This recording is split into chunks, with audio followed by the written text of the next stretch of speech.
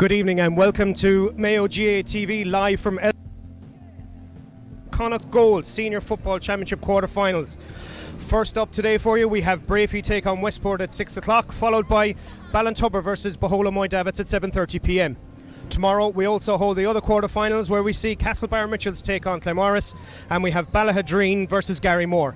I'm delighted to say I'm joined by Paul Cunyan, PRO for Mayo GAA, and Paul, you have a results update from around the county for us. Yeah, busy evening already, Tom. A couple of games coming up here obviously later on, but there's been a couple of games already in the senior championship and in the intermediate championship. So the relegation in the intermediate and the senior championship was taking place, which was a win for Moore over Davitts. I think they won by 7 or 8 in the end. It was a 6 or 8 points at piece at half time, but obviously Moore just came strong in the second half to get over the line, and that keeps them in senior championship for 2018, and they'll be playing senior football in 2019. Another relegation game was in the intermediate championship where Bonnyconlin managed to overcome Mitchells B. So again, they'll be playing intermediate football next year, which I'm sure that's a big sigh of relief from the lads in North Mayo. Sounds like a cracking game ongoing between Shrule and Mayo Gales. It actually finished 12 points apiece. I think Shrule got a late score to send that game into extra time. But as we head towards the closing stages, I think Shrule are pulling away now 7 or 8 points up. So they look like they'll be playing intermediate football next year, or again next year. And finally, we've one of the quarter-final games also taking place this evening, and it was a small, tight result. But the Neil just came out on top against Park Kilos Cremlin, who actually had a great result in the minor championship last night, or in the minor A final. But unfortunately, their senior team has been beaten this evening by the Neil. So that means the Neil are moving on into the semi-finals in 2 weeks' time. And plenty more games coming up this evening and tomorrow on Mayo GAA TV and across the county. So hopefully people will stay tuned and keep an eye on all the club games that are happening. Thank you, Paul, and don't forget you can get in contact with us on Mayo GAA TV Live at Twitter, and you can also follow us on Facebook as well.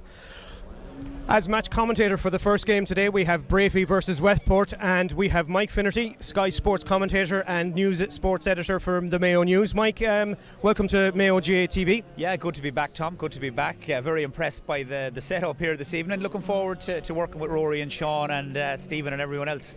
We've got a lovely evening for it and a cracker, hopefully, to get the weekend underway.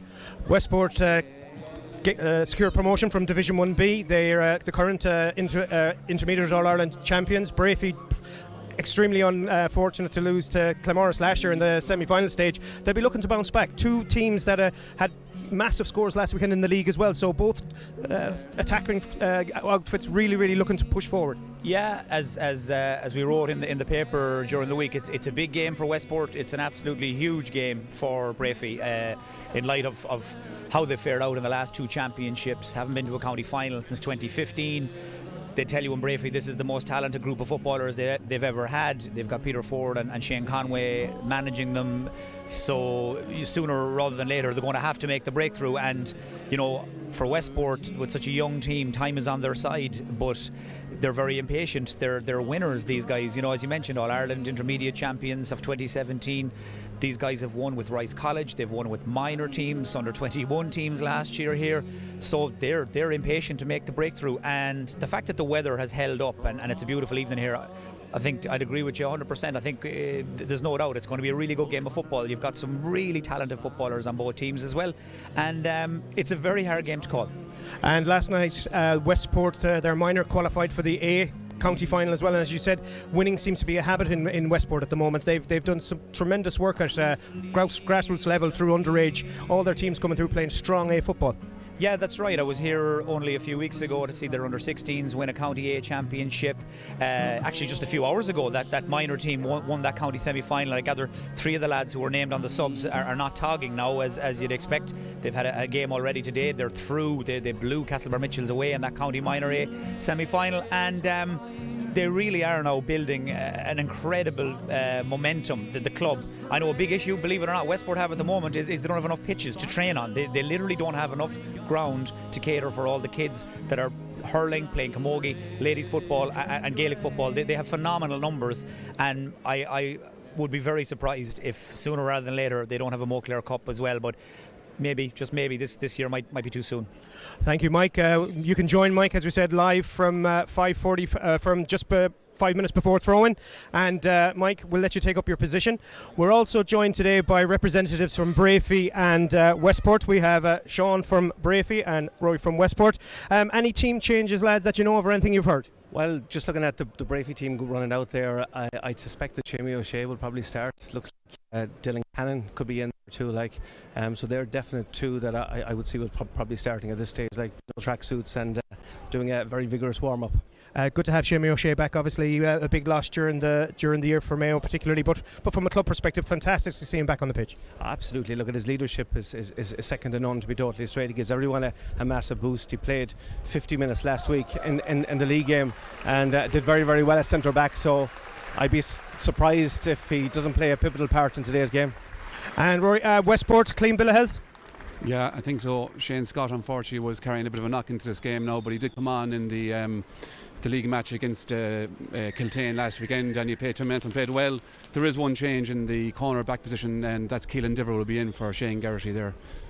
And what would you think the thinking is there, just to maybe put a handle on a lively corner forward? Well, we're just talking beforehand, myself and Sean and Stephen, in relation to it. The reality is that Breaffy are a lot stronger, more physical side than Westport are. So if Westport don't move the ball quick and fast today, we know, and if we get down to a dirty ball scenario here today with Breaffy, we're in a little bit of bother. But if Westport move quickly, I think they could put Breaffy to the pin under a collar in relation to this game today. That'd be my opinion.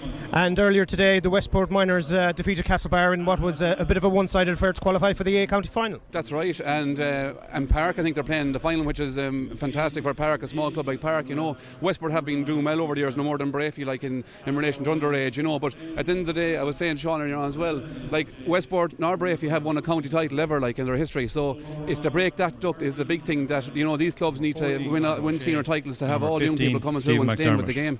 It's great to have the success in intermediate last year. Mike Finnerty was alluding to it earlier. The numbers that you're getting on underage are phenomenal, but it's a good complaint to have when you don't have enough ground to give them all a bit of space.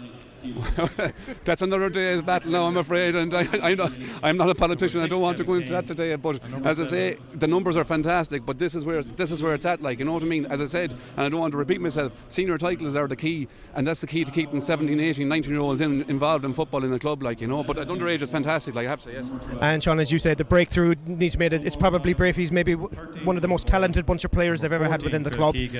Obviously yourself, very strong links with the club. Referee for tonight's first game. What do you put that down to? Liam Devaney from the Ballinasty United Club. I suppose the bunch that have come together at this moment in time, it's a combination of a very, very good coaches over the last 10, 12 years, like, right, and that's something we're looking to develop.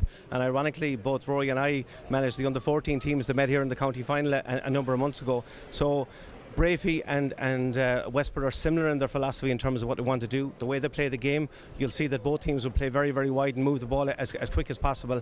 So it'll be very interesting. I think the conditions this evening are going to make the game a little bit tighter. I think that if it was wet, it would suit Breaffy because of their physical presence. One of the things that I've noted over the last, well, particularly this year, is defensively Breaffy are much, much stronger, like, right, and their mental strength is at a different place, like, than over the last number of years. And I think if you look at the game against Ballintubber primarily, a game like that was in the melting pot, a point down the last minute of the game, like, right, and to come back and to draw the game, it speaks volumes of that, I suppose, the mental strength of the guys there and the sort of work that they have done. So it'll be a very interesting game this evening. And the character to come back to this latter stages of the competition after the way that the game went against Claremorris in the semi-final last year, where the team, a lot of reports were that they just didn't turn up. Yeah, and look at there's been a number of games, I suppose, since 2013, contested 2 finals since then, 1 semi-final and a couple of quarter-finals. So didn't turn up against Claremorris last year, but the guys have learned a huge amount from that, like, right, as opposed to it, obviously a disaster at the time, is something that they have used to fuel what they're looking to achieve this year, and hopefully that'll come to fruition this evening. Okay, we'll let you go and take your positions up beside Mike Finnerty. As from behind us you can see that both teams are currently on the field. They're getting ready to for the national anthem. I'm joined also by Stephen Carolan. Stephen, who was involved with the Mayo senior squad this year. Stephen, it's thankfully the bad weather that was promised has held off. How do you see the game setting up in the first sort of 5, 10, 15 minutes? Well, first of all, the weather is perfect. It's perfect conditions for September. The last couple of weeks haven't been good, but today the sun is out, so that's not going to play a role here today. I expect there's two very good managers there in place in both and so they'll have their teams well drilled. I expect kickouts, set pieces like that are going to play a huge part in this game. Very good midfield in Breaffy. Matty Ruan is playing really well. I've seen him there against Ballintubber. I think he really helped get them over the line there. He clicked in with 2 points from midfield. Aidan, of course, and Shamey is back there as well. So Phil McDonough is a very, very good footballer as well. But I would imagine that James Horan will have a lot of work done on the kick-out strategy here today, and that will play a huge role in how this game. The matchups will be very, very important as well. I mean, the Westport half-back line are an attacking half-back line from the programme notes, from what we've seen. I mean, if they start as selected with Lee Keegan, Kevin Kane and Owen McLaughlin back there as well, I mean, it's a strong sort of half-back line. It is, but I expect Kevin Kane to be he's going to have a hands full there with Aidan O'Shea. He's got a job there to do. He's not going to be getting up the field. Lee Keegan, on the other hand, is a different animal altogether. He'll be bombing up there and he'll be trying to show what he can do. Owen McLaughlin saying that he'll have a license to push forward there.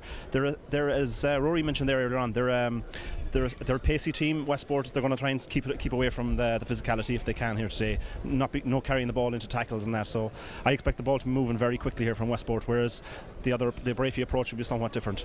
They'll be carrying the ball a lot. With the changes in the midfield for Breaffy, the good news is Seamus O'Shea is back, as you say, and they're driving them forward.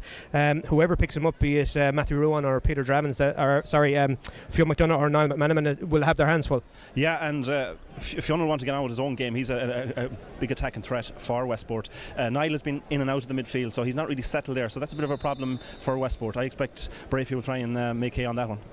Okay, the referee's just blown his whistle there to get the captains in for the coin toss. What we'll do now is we'll hand over to Mike Finnerty and we'll get the programme underway. As we said, it's an exciting contest on offer here, and Mike Finnerty, it promises to be a bit of a cracker. Yes, Tom, it does indeed. Thank you very much indeed, and you're very welcome to MacHale Park in Castlebar, the first of this weekend's Mayo Senior Football Championship quarter-finals about to get underway. It is Westport against Breaffy, a Westport team that didn't get out of their group last year in the Senior Championship. Actually beat Ballinrobe in a relegation playoff semi-final to stay senior for 2018 against a Breaffy team that lost out at the quarter-final stage last year, beaten semi-finalists the year before, and bidding to go back to a semi-final again this season. Sean Dean and Rory Brennan are alongside me. Sean, Breaffy have made 3 late changes. Can you fill us in? Yeah, the 3 changes are Keith Mulcrone is in for Darragh Moran, Keith Mulcrone is in for Darragh Moran, and Shamey O'Shea is in for Colm Kelly, and Garrett Dunn is in for Eddie Conroy. So what are Peter Ford and Shane Conway thinking behind those 3 changes, those 3 switches? What are they going to do? Well, I'd say that first of all, Shamey O'Shea, I would imagine, will play centre back, and I think some of the other changes are to do with man marking, and the way the team is going to set up. I'd be surprised if you don't see the likes of Keith Mulcrone taking maybe Paul Lambert because of his athleticism. James Minogue playing exceptionally well in the full back line for Breaffy. You'd imagine he'd be assigned to Colm Moran, and Michael Hall, obviously again his athleticism, playing wing half back, I would imagine, on Oisin McLaughlin. That's the way I kind of see it at this moment in time. So the first of the quarter-finals is off and running. It is Liam Devaney from Ballina Stephenites who is our match referee, and a free straight away for Breaffy. Aidan O'Shea goes in long, in over the top, looking for Gareth Dunn, one of those late changes in the Breaffy team. Ball runs instead to Tommy O'Reilly, man who kicked the equaliser against Ballintubber during the group stages, as Breaffy settle in, recycle the ball and try and drive their way through that right-hand side. It was Keith Mulcrone who was trying to burrow his way through. No way through though, and Westport will have a free taken short into the hands of Lee Keegan, Footballer of the Year 2017, wearing 5 for Westport tonight.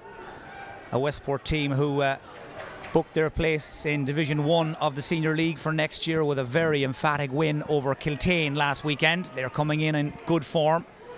This first attack though of the evening for them breaks down, and the ball is worked all the way back into the hands of the Breaffy goalkeeper Rob Henley. Uses it quickly as Breaffy tried to set the early pace and tempo. Here's Shamey O'Shea back playing football again after that serious shoulder injury against Tipperary during the summer. Aidan O'Shea trying to link with Robert Fadden, but ball runs through to Paddy O'Malley, and Westport will start to build from the back once again. That will give us a chance to bring in Rory Brennan from Westport for the first time. Rory, 1 late change on the Westport team. Keelan Dever starts. In terms of how James Horan has set them up, what have you seen in the first couple of minutes? Well, yeah, Keelan Dever was no surprise. He's been playing very well all year. Just there in relation to the very start of the game, I see Noam McLaughlin coming down with the ball there, number 7 for Westport. Very young player. Inexperienced, he's only about 18 years of age. He dropped the ball going down the field there, would show that their nerves might be at some of these young players, and that would be one problem I have with Westport tonight, is that they are young. Inexperience could tell, and Breaffy experience may pay dividends in this game. Well, already a test for the Westport full back line, and Liam Devaney has spotted a tug on a jersey, and this will present Conor O'Shea with his first shot at goal. Hit 3 points, 2 from frees the last day out against Davitts, and that's a nice handy one to start for Conor O'Shea. Eases Breaffy in front after 2 minutes. Sean Dean, in terms of Breaffy's setup, the matchups, what's caught your eye? Yeah, the matchups, like again, as I said at the outset, Keith Mulcrone is picking up Paul Lambert, and I see Oisin McLaughlin, Michael Hull is picking him up, and that's basically what's happening at the moment. The other thing is obviously when Westport attack, Peter Dravins is sitting in the hole, obviously protecting his defence there. Like, so I'm very wary of obviously the Westport attack and the pace they have there. Really is a beautiful evening for a game. It looks like Kevin Kane isn't going to be too far away from Aidan O'Shea as Lee Keegan breaks across the halfway line. First time he's got that far forward. Ball worked out to Paul Lambert, one of the Mayo under-20s from 2018, but took the ball into the tackle, stolen back by Matty Ruan, and it'll be taken clear by Keith Mulcrone for Breaffy. Really were caught on the hop here 12 months ago by Claremorris in the quarter-final, but missing the likes of Shamie O'Shea and Mikey Hall that night. They're at full strength this evening as the bounce of the ball there beats Garrett Dunn. Across to cover comes Keelan Dever, very tidy defender, as is this man, Ben Doyle, one of a plethora of young footballers in this Westport first 15. That's loose handling from James Welch. He's lost the ball, and Breaffy have a chance to try and keep Westport penned in. Tommy O'Reilly trying to thread it through there. Worked out kindly for Breaffy. Mikey Hall now will have a go. 45 yards from the Westport goal. Westport have brought 13 men back inside their own 45 just to try and clog up those lanes that Breaffy are trying to run down. Here's Conor O'Shea. He's got 2 Westport players for company, Fionn McDonough and Paul Lambert. Niall McManaman was in getting close as well. And good pressure means a free to Westport. James Welch plays a short little 1-2 with Paul Lambert. One of many playmakers in this Westport team, handles an awful lot of ball. Here's Killian Kilkelly. His dad Brian lined out with Mayo in the 1989 All-Ireland final, now established as a referee here in Mayo, and Killian Kilkelly, the team's regular free taker, feels this is outside his range. He's going to call up Paddy O'Malley. And Rory Brennan, we've played nearly 5 minutes. Breaffy a point in front, but you can just sense Westport starting to settle in. Yeah, again, unfortunately, there's a few handling errors from Westport, which, you know, look at it, it's nerves, I'd say, at start. So give them a chance to settle in and see how it goes. But Shamie O'Shea is dropping very deep there for Breaffy, and Westport are struggling to get the ball in quick. They would like quick ball inside, but look at it, as the game develops, we might get more space, you know. So Paddy O'Malley comes up from goal to kick this. Lined out with Mayo in that All-Ireland under-21 final, or under-20 final rather, earlier in the year. That's a super strike from Paddy O'Malley. Hit it right on the sweet spot. He's a really good long-range place kicker. Let's take another look at it. And Rory Brennan looks even better second time round. Yeah, this is Paddy's forte. He's fantastic off the ground from distance, and he's done it all season so long. So, you know, no surprise there from Paddy. He's a fantastic score. Not long out of secondary school, Paddy O'Malley, but now firmly established as Westport's #1. Sides level. We've played nearly 6 minutes. James Minogue for Breaffy. Heard the call of Mikey Hall. Minogue continues his run, but that pass was a little loose from Matty Ruan. Minogue pushed in the back, and it looks like Rob Henley has been given the call to have a shot at this, and why not? 3 points from frees against Davitts. And Sean, he's been kicking well all through this campaign, Rob Henley. Yeah, outstanding, and even if I go back to the game against Ballintubber, like, he was pivotal, and obviously the getting the draw that evening, like, so Rob is a beautiful striker of the ball. There's no question or doubt about it. So this is well within his range on an evening like this evening. So Rob Henley, 10 years ago, he was playing minor football with Mayo. a Mayo team, of course, that brought Tyrone to a replay that season, beaten at Pearse Park in Longford. 10 years on, Rob Henley looking to kick Breaffy back in front. He has struck that beautifully. Super kick from Rob Henley.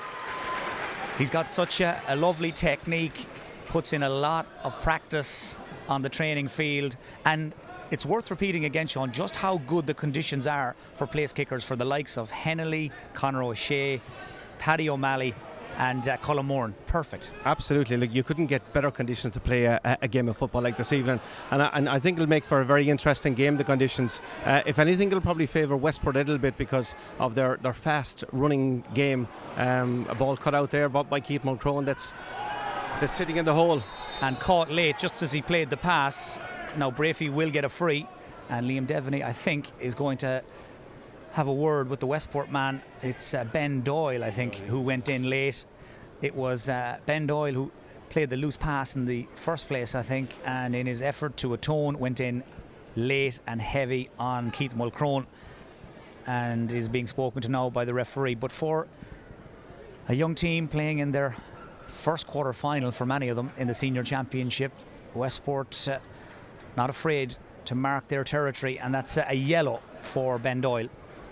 Probably fair enough, Rory. I think he was lucky to get away with that now, to be honest. You know, it technically is probably a black card, but I see referees nowadays aren't really going for the black card as quick, Michael, you know.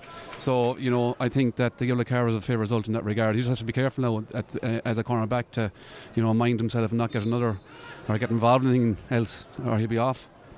So Keith Mulcrone good to go. Yellow card for Ben Doyle as Conor O'Shea tries to find Garrett Dunn, but he was in behind. Keelan Dever was out in front. He's a very tenacious cornerback. He tends to mark side by side, if not from the front, and that time Garrett Dunn unable to win the ball in front of him. Here's Aidan O'Shea going down to win a dirty ball, hurdles the tackle, was fouled though. Referee, I think, was deliberating, playing the advantage, brings it back, and this will be a shot at goal for Tommy O'Reilly. But just in terms of where Breaffy have lined out Aidan O'Shea, Sean, or how or where they're using him, what have you made of it so far? Yeah, look, he's on the edge of the square at this moment in time, but it's inevitable that what he'll be doing, he'll be running the channel from 14 to 11 as he normally does. So there's a good battle going on there between himself and Kevin Kane at this moment in time. One thing that's a bit strange this evening is both teams normally play very, very wide. Mikey Hall has made a couple of runs that he hasn't been spotted to offload, so I'd imagine the game's been playing down the centre too much at this moment in time, hence some very big hits there. Well, remarkably, Tommy O'Reilly has missed that free. It looked very, very straightforward, but pulled it, dragged it to the right and wide, and now Westport will break at pace. This is Oisin McLaughlin. He's got pace to burn. McLaughlin in full flight has drilled it wide away to the left, so wides at both ends. I know we're coming through loud and clear in The Hague this evening, and also on an overnight train in Vietnam. Rory Brennan, did you ever think you'd see the day you'd be talking to people in Vietnam, The Hague, and I'm sure everywhere in between? Well, I think the funnier side of that is I never saw myself speaking into a microphone. So hello to all those people in The Hague and Vietnam, and hope things are going well for you and enjoy the game. That's two wides in about 30 seconds for Westport. Latest one kicked by Paul Lambert. So it's still 2 points to 1, still Breaffy with that narrow advantage. Yeah, just one thing I spotted there, like the gap that Breaffy are leaving between the 40 and the 20 metre line, like if they don't have someone sitting in that hole there, they will get caught eventually with it, like, and that's where them two obviously misses have come from. So Peter Dravins has been sitting there, but he's coming back into it now. Very, very important he remains there. Westport now starting to spend more and more time inside the Breaffy half of the field as Lee Keegan tries his luck down the left-hand side. Westport happy enough to come backwards to go forwards. Brian O'Malley, another of the Mayo under-20s. Ball worked into the centre to Kevin Kane, man who started the 2012 All-Ireland Senior Final for Mayo against Donegal, back after recovering from that serious knee injury, and back at the heart of the Westport defence. Now everybody tightly covered inside, so Westport will try and run it short. It's Fionn McDonough under pressure, just snatched at the shot. Man trying to keep it in as best he can is Owen McLaughlin. He is one of the Rice College footballers from earlier this year. Very, very young man, unable to get there, can't keep it in, and that Westport attack peters out. Rory, they've had quite a lot of the ball, they've had quite a lot of shots at goal, but still only a point on the board. Yeah, it's close enough at the minute, thankfully, for Westport's point of view. And they are beginning to come into the game, as you said yourself, Michael. And this is a real James Horn style. You know, don't give away the ball in the half-forward line unless the ball is on for definite inside. Sometimes that can pay dividends, but sometimes you can get turned over too, like we were there. The ball was kicked inside and went over the in-line. Good defensive work again by Westport, nice and neat, and as Rory said, they work it patiently out through the lines. Here's Colin Moran. There's always a real buzz when Moran gets on the ball. Now James Welch looking to return the pass to Moran, might work out for Westport. That's really well won by Phil Keegan. Played a lot of soccer with Westport United over the years. He's committed to the Westport GAA team this summer, and that ball just doesn't stick. Looked like a promising move for a moment or two, particularly when Colin Moran made the initial break, but once again Breaffy's defence holds and Mikey Hall will take it clear just on his own 45-metre line.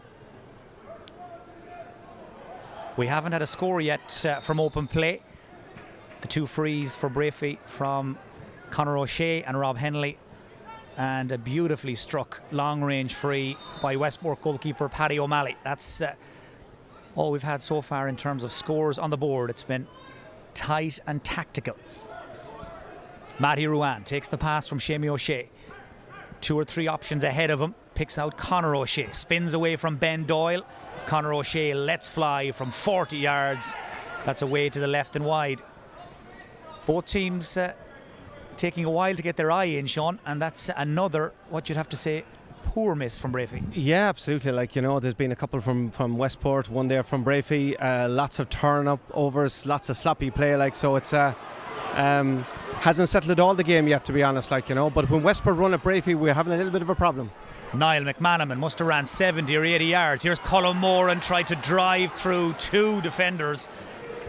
It was James Mignogh with support, I think, from Mark Dervin, and between the two of them they managed to close that hole, and the Westport scoring chance, goal chance perhaps, disappeared just as quickly as it had appeared in the first place. But Niall McManaman, Westport's number 9, covered an awful lot of ground there, running right through that central corridor. Nobody came out to meet him, and that's a warning for Breaffy, as on the ball is Matty Ruan. Breaks the first tackle, tried to step away from the second, instead shovels it off to Aidan O'Shea, trying to use his power to take Brian O'Malley, but O'Malley did really well. Back up from Oisin McLaughlin. They just doubled up on Aidan O'Shea, got in tight around him, and managed to knock the ball out of his hands. And every time you dispossess Aidan O'Shea, Rory, it's a small psychological victory, and you can hear it in the crowd as well.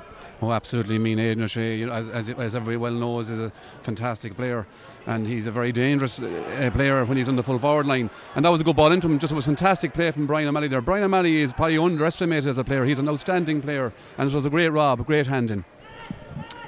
So good pressure by Westport again, and Lee Keegan is happy enough to wait, to slow things down, and bring Paddy O'Malley up from the goal to try and repeat the trick from a little earlier in this half. We've played a quarter of an hour in the first of the Mayo Senior Club Football Championship quarter-finals, and it's Breaffy, favourites to go through to the semi-final, who lead Westport by 2 points to 1, but that lead now could be wiped out. Kenny O'Brien has been in touch, wants us to say hello to Brian Ruan and the lads who are watching live in Marbella on this beautiful Saturday evening. Paddy O'Malley, almost an identical position to where he kicked the last one, but he's dragged this one away. Hadn't the distance nor the accuracy. Tails away to the left and wide, and that's another miss for Westport. That one, though, would have been a bonus, I suppose, more than anything. It was a long way from goal. Still 2 points to 1. Matty Ruan down the line, lets the ball do the work, looking for Conor O'Shea, holds off Ben Doyle. Great man to get himself out in front, but that's a poor pass. Looking to link with Tommy O'Reilly, but O'Reilly was fouled by Owen McLaughlin, and Breaffy will get a free in. But that's been a noticeable feature, Sean, of the first quarter, hasn't it? Just how tight the Westport backs are getting. It's touch tight. Absolutely, and the amount of turnovers that obviously Westport have won in there is pivotal to what's happening. I'm amazed that both teams are moving the ball much quicker into the full forward line, trying to bring the ball down through the middle, and obviously as a result of that, lots of turnovers happening. And particularly in even like this evening, you would imagine that the ball will move much quicker. Well, that's Conor O'Shea who pops the free over the bar just to push the Breaffy lead out to 3-1. Stephen Carolan will bring you in. 17 minutes gone. What have you made of what you've seen so far? As we suspected, I suppose Westport are set up defensively. They've their centre forward is really a centre back, as Rory was saying earlier on. So I think it's difficult to see where Westport are going to get the scores at this stage now in the first half to stay in touch here. They need to commit more forward. Colin Moore is a threat up front. He's got on a couple of balls there, and he is a scoring threat. So they'll be looking to get more ball to him. That's Stephen Carolan. We'll hear more from Stephen throughout the evening. Former county footballer, former Belmullet footballer as well. Breaffy tipping along here, 3 points to 1 in front. We're into the second quarter. Matty Ruan, man who spent quite a bit of time in the Mayo Senior Development Panel during this year. All-Ireland Under-21 winner with Mayo back in 2016. Linking with Peter Dravins, who heard a call there to warn him that Killian Kilkelly was getting close. Breaffy, who came out of their group with 2 wins and a draw, held to a draw by Ballintubber in Clogher in round 2, but made short work of Davitts in round 3 to book their place in the last 8, and they now have a free out around halfway, which will be taken by Aidan O'Shea. And we've seen very little of Aidan O'Shea in the first 18 minutes, Sean, haven't we? As you said, he started at full forward, he's drifted out the field now, and he's trying everything he knows to get into the game, but just not happening for him so far. No, he played the start, as you said, full forward. Mike came to centre forward, out around midfield, ended up at centre back at one stage, so he's definitely running the channel, and it's a fairly long channel at this juncture, But again, I think that he's probably maybe frustrated that the ball isn't going in quick enough into the full forward line, and as a result of that, he's coming out to try and win some possession. Again, it's way that, as I can see the game, it's just a little bit too narrow. As a result, huge turnovers there, But both teams really haven't settled yet. So a free in to Breaffy and a chance for them to perhaps extend their lead. Tricky enough angle for Tommy O'Reilly. He's missed one already. This just to get the scoreboard working, to get his own confidence going, and he's driven this one across the face of the goal and wide. Breaffy 2 up, Rory Brennan, but in reality both teams should have more scores on the board. And that scoreline probably doesn't do justice to everything we've seen in the first 19 minutes. Yeah, I was just saying to Stephen there, that Westport had broken down there at the field a couple of times at pace, and unfortunately they over-elaborate with their passing, and they try to get the ball inside to maybe score for goal where the tap-over point was on. It's a bit disappointing in that regard that, players don't have the confidence themselves to tap the ball over the bar, because they have the ability, but sometimes they don't believe in themselves, and unfortunately that can be a trait throughout football at times, that they over-elaborate with the pass,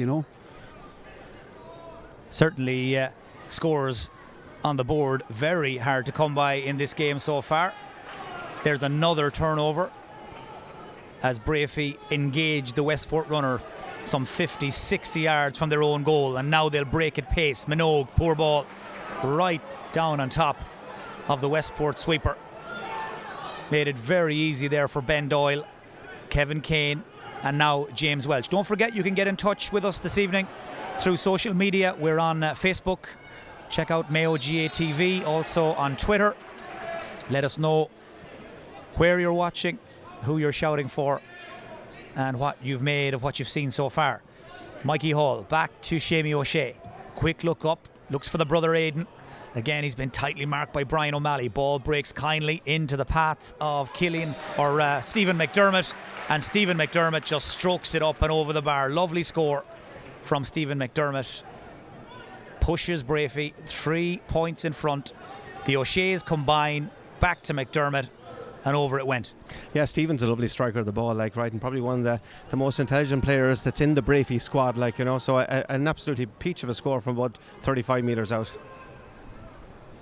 So nicely done by Stephen McDermott, and Westport so far just that 1 point from Paddy O'Malley's free to show for all their efforts.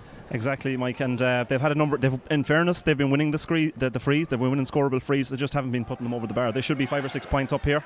Aidan O'Shea drives through the tackle, makes room for that big left foot, and drives the ball over the bar as well. The lead now is out to 4, and there's no doubt about it, Stephen. If O'Shea gets motoring and gets that engine running, everything tends to fall into place for Breaffy. Absolutely, and it's great to see him deployed in there and full forward. And you'd like to think maybe that's going to, where he's going to make spend the rest of his career. He's a real threat, and they're a real handful for Westport. Westport just aren't able to get the ball into their scoring forwards at the moment. Well, Breaffy have set up very defensively here as well. They're operating with Peter Dravens as a defender in there, or as a sweeper. So Westport now in search of a score, a badly needed score at this stage, and that's a push on Colin Moran. Went tumbling as he tried to win the ball. Liam Devaney blew for it straight away, and this will surely present Westport with a glorious chance to get up and running again. Breaffy have hit, by my reckoning, 4 points without reply. It was level pegging in the early stages, but 4 in a row for Breaffy has seen them open up a bit of daylight. Now there is a breeze blowing into the face of Killian Kilkelly as he steps up to this. It's blowing down into the far corner of the field. Kilkelly, he's got a very unusual technique. He tends to keep his head down as he strikes the ball, stabs it, jabs it almost up and over the bar. 5-2. We've got just under 8 minutes left in the first half. Yeah, I think if Westport can keep in touch and maybe get in at half time with just a couple of points or so down, they can talk about where they're gone wrong. But like in truth, as Stephen has said, Breaffy seem to be all on the ball in this half, and it doesn't have to be a perfect ball into Aidan O'Shea, and he is causing trouble in there. And he makes a very good point. Every ball doesn't have to be perfect, and if Westport maybe took a little bit of risk too with their balls, they might get more dividends out of it. Rob Henley drills it out in front of Tommy O'Reilly. Lovely ball. Support comes from Dravens, and a nice delivery in front of Garrett Dunn. Spins away from Dever. James Minogue comes off his shoulder. There's a bit of pandemonium in the Westport defence. They scramble men back to try and block it up, but Conor O'Shea wriggles his way into space and curls over Breaffy's 6th point of the game. The score's now coming much easier for Breaffy, and their lead is back to 4. Yeah, and again, if Breaffy moved the ball quick as they did there, and that was probably the best move of the game, resulted in a great score from Conor O'Shea, they'll reap the benefits. I noticed one thing in terms of the movement that Westport have in the full forward line. Very, very good movement, but the ball is not going quick enough into them. Colin Moran particularly is moving very, very well in there. Now James Horan has made a change. He's brought in David Horan 24 minutes into this first half, and player he's taken off is Owen McLaughlin. Rory, what do you make of that change? No, that's a very good call. David Horan is a very experienced footballer. He came on in the All-Ireland Intermediate final, and in fairness, he actually changed the game in my view. He's after coming on there. David had loads of experience. I played with him myself. Poor Oisín is a young lad. Unfortunately, the ball has slipped out of his hands. He was on the yellow card, and he certainly was getting involved in a lot of nitty-gritty that maybe he shouldn't have. So Owen McLaughlin is the player who makes way, lined out in the Hogan Cup final earlier this year with Rice College. Westport lost that game by a point to St. Ronan's of Lurgan. It's been quite a while since Rob Henley has played schools football. Steps up to this long range free, another perfect kick from Henley, and another score for Breaffy. And it really is a question of practice makes perfect, and his confidence, you can almost sense it, you can almost feel it, Sean Dean. Just he doesn't look like he's going to miss. Now I'll bring you in just a minute, because the Westport kick out there has gone all wrong. Conor O'Shea, well, his shot at goal goes all wrong as well. Yeah, Rob, once he strikes the ball, you know where it's going over, because he's running back to his goal, so he's been hitting the ball extremely well this season, and again he's been pivotal to Breaffy's run the league, only losing 2 games, and obviously they run the championship so far. So that's 2 points from long range frees for Rob Henley, and as you can see now, lead out to 5 points. Westport still haven't scored from play. Ben Doyle, support from Oisín McLaughlin, who really has been on the fringes of the game so far. Good ball though to pick out his partner in crime up there, Colin Moran. Lovely chip lift by Lambert. Lambert cuts through, and Paul Lambert, it would have been some score. McLaughlin, Moran and Lambert combine Lovely cheeky pick up by Lambert, angle just too tight, and that's one they really could have done with, just to settle them down, just to close the gap a little. But it remains with 4 minutes left in the first half, Breaffy 5 in front. Yeah, as Rory was saying there, Owen McLaughlin was taking on a bit of water there earlier on. He was 2 scoreable frees given away there. Unfortunately, Breaffy weren't able to convert them, but 7-2 is a commanding lead at this stage, Mike. It certainly is, as Breaffy there maybe got a bit too clever, giving the ball away. Keegan down the line to Colm Moran. Looks to have lost Dylan Cannon. Colm Moran, and that's much better. Well, Colm Moran is one of the best corner forwards in the county. Hit 4 points against Claremorris in the third round, and once he got that ball in his hands and cut inside, the finish was flawless. 7-3.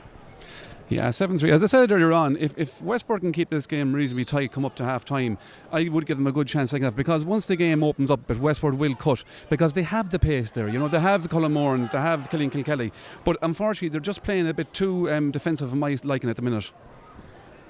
Good kick from Rob Henley. Finds his man. That was a big hit there. Aidan O'Shea and Kevin Kane.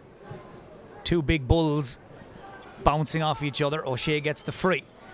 Ball played back very quickly by Conor O'Shea, just to keep the pace in this attack. Recycled back by Tommy O'Reilly. Here's O'Reilly again. Shadows starting to lengthen here at MacHale Park in Castlebar. That driving sun over on the MacHale Road side of the field, just shining into Conor O'Shea's face. But Conor O'Shea, after a few miscued efforts, gets the radar back online. Really good score from Conor O'Shea. Brings his personal tally up to 2 from play. He's hit a couple of frees as well. 4 points for Conor O'Shea in this first half, and Breaffy's lead looking very comfortable at 8-3. Yeah, again, when Breaffy move the ball very quickly and get it into their forwards, they are causing Westport a lot of problems. And the 2 scores from play from Conor O'Shea, 2 excellent scores, 30-35 metres out. Breaffy, I think, claiming there they should have been awarded a free. Referee, in fact, is going to bring it back. He was playing an advantage there. Good refereeing by Liam Devaney. Easy to see why he's an inter-county referee, has been on the inter-county circuit for the last few years. Uses his common sense. Of course, he's from a famous footballing family in Ballina. His brothers Enda and James both wore the county jersey at various different levels. And this is a free that Rob Henley feels he'll have a crack at again. And of course, apart from anything else, Sean, it runs down the clock. More than likely, Henley's going to nail it. So discipline, it has been an issue for Westport so far, and it's going to be an issue again in the second half. Absolutely, and as you say, it does run down the clock. And the more that Breaffy can pressurise Westport, their tackling at times is a little bit high, giving away frees. But one thing I do notice that, again, quick ball, if it gets into Colm Moran, it will cause Breaffy problems in the second half. And the sweeper where Colm Dravins is coming back and sitting back there, he needs to make sure that he does that in a far more pivotal way in the second half. It isn't working as well as one would like, as I would see it in the first half. Well, Rob Henley is having one of those evenings where you could almost set your watch by him.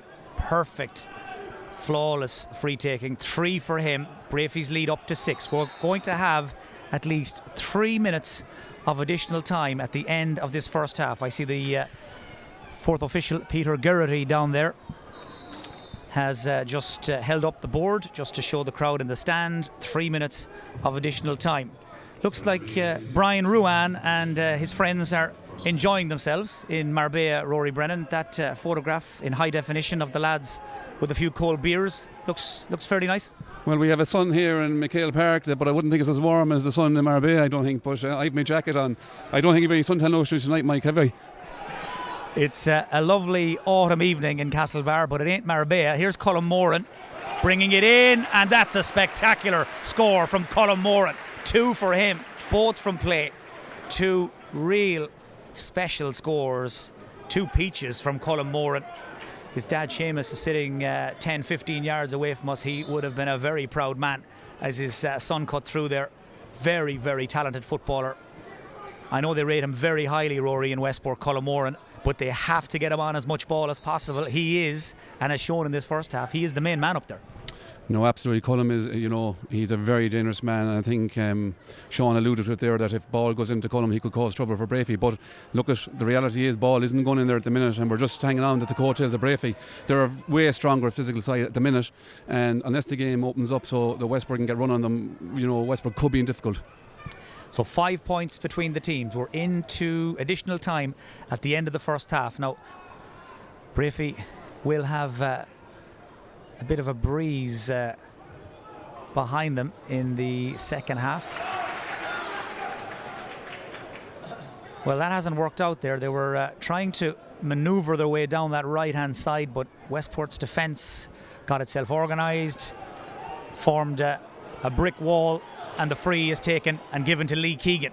Waits for the run of Fionn McDonough. We haven't seen much of him in this first half. He's a really good footballer, and Fionn McDonough is back in the game. Really good score. This is a purple patch for Westport. They've reeled off a couple of quick fire scores, and all of a sudden the gap is back to 4. Yeah, again, as I said, that space between the 45 and the 20-metre line is where it's causing Breaffy most problems. And Peter Dravins is sitting in there, but I think probably they need to bring one more man back when Westport attack, because the ball is getting in too easy into the inside forward line. Well, Westport now getting a confidence surge at the end of this first half. Keegan and MacHale Hall, the two county teammates there, just getting tangled up in each other. There's also a bit of an issue by the looks of things between Phil Keegan, Lee's brother, and Dylan Cannon, and the referee Liam Devaney is going to sort it out as quick as he can. I think Phil Keegan is being called in here because he was the third man in. There was no need for him to get involved. Shamie O'Shea and Colm Moran look to be having a difference of opinion as well.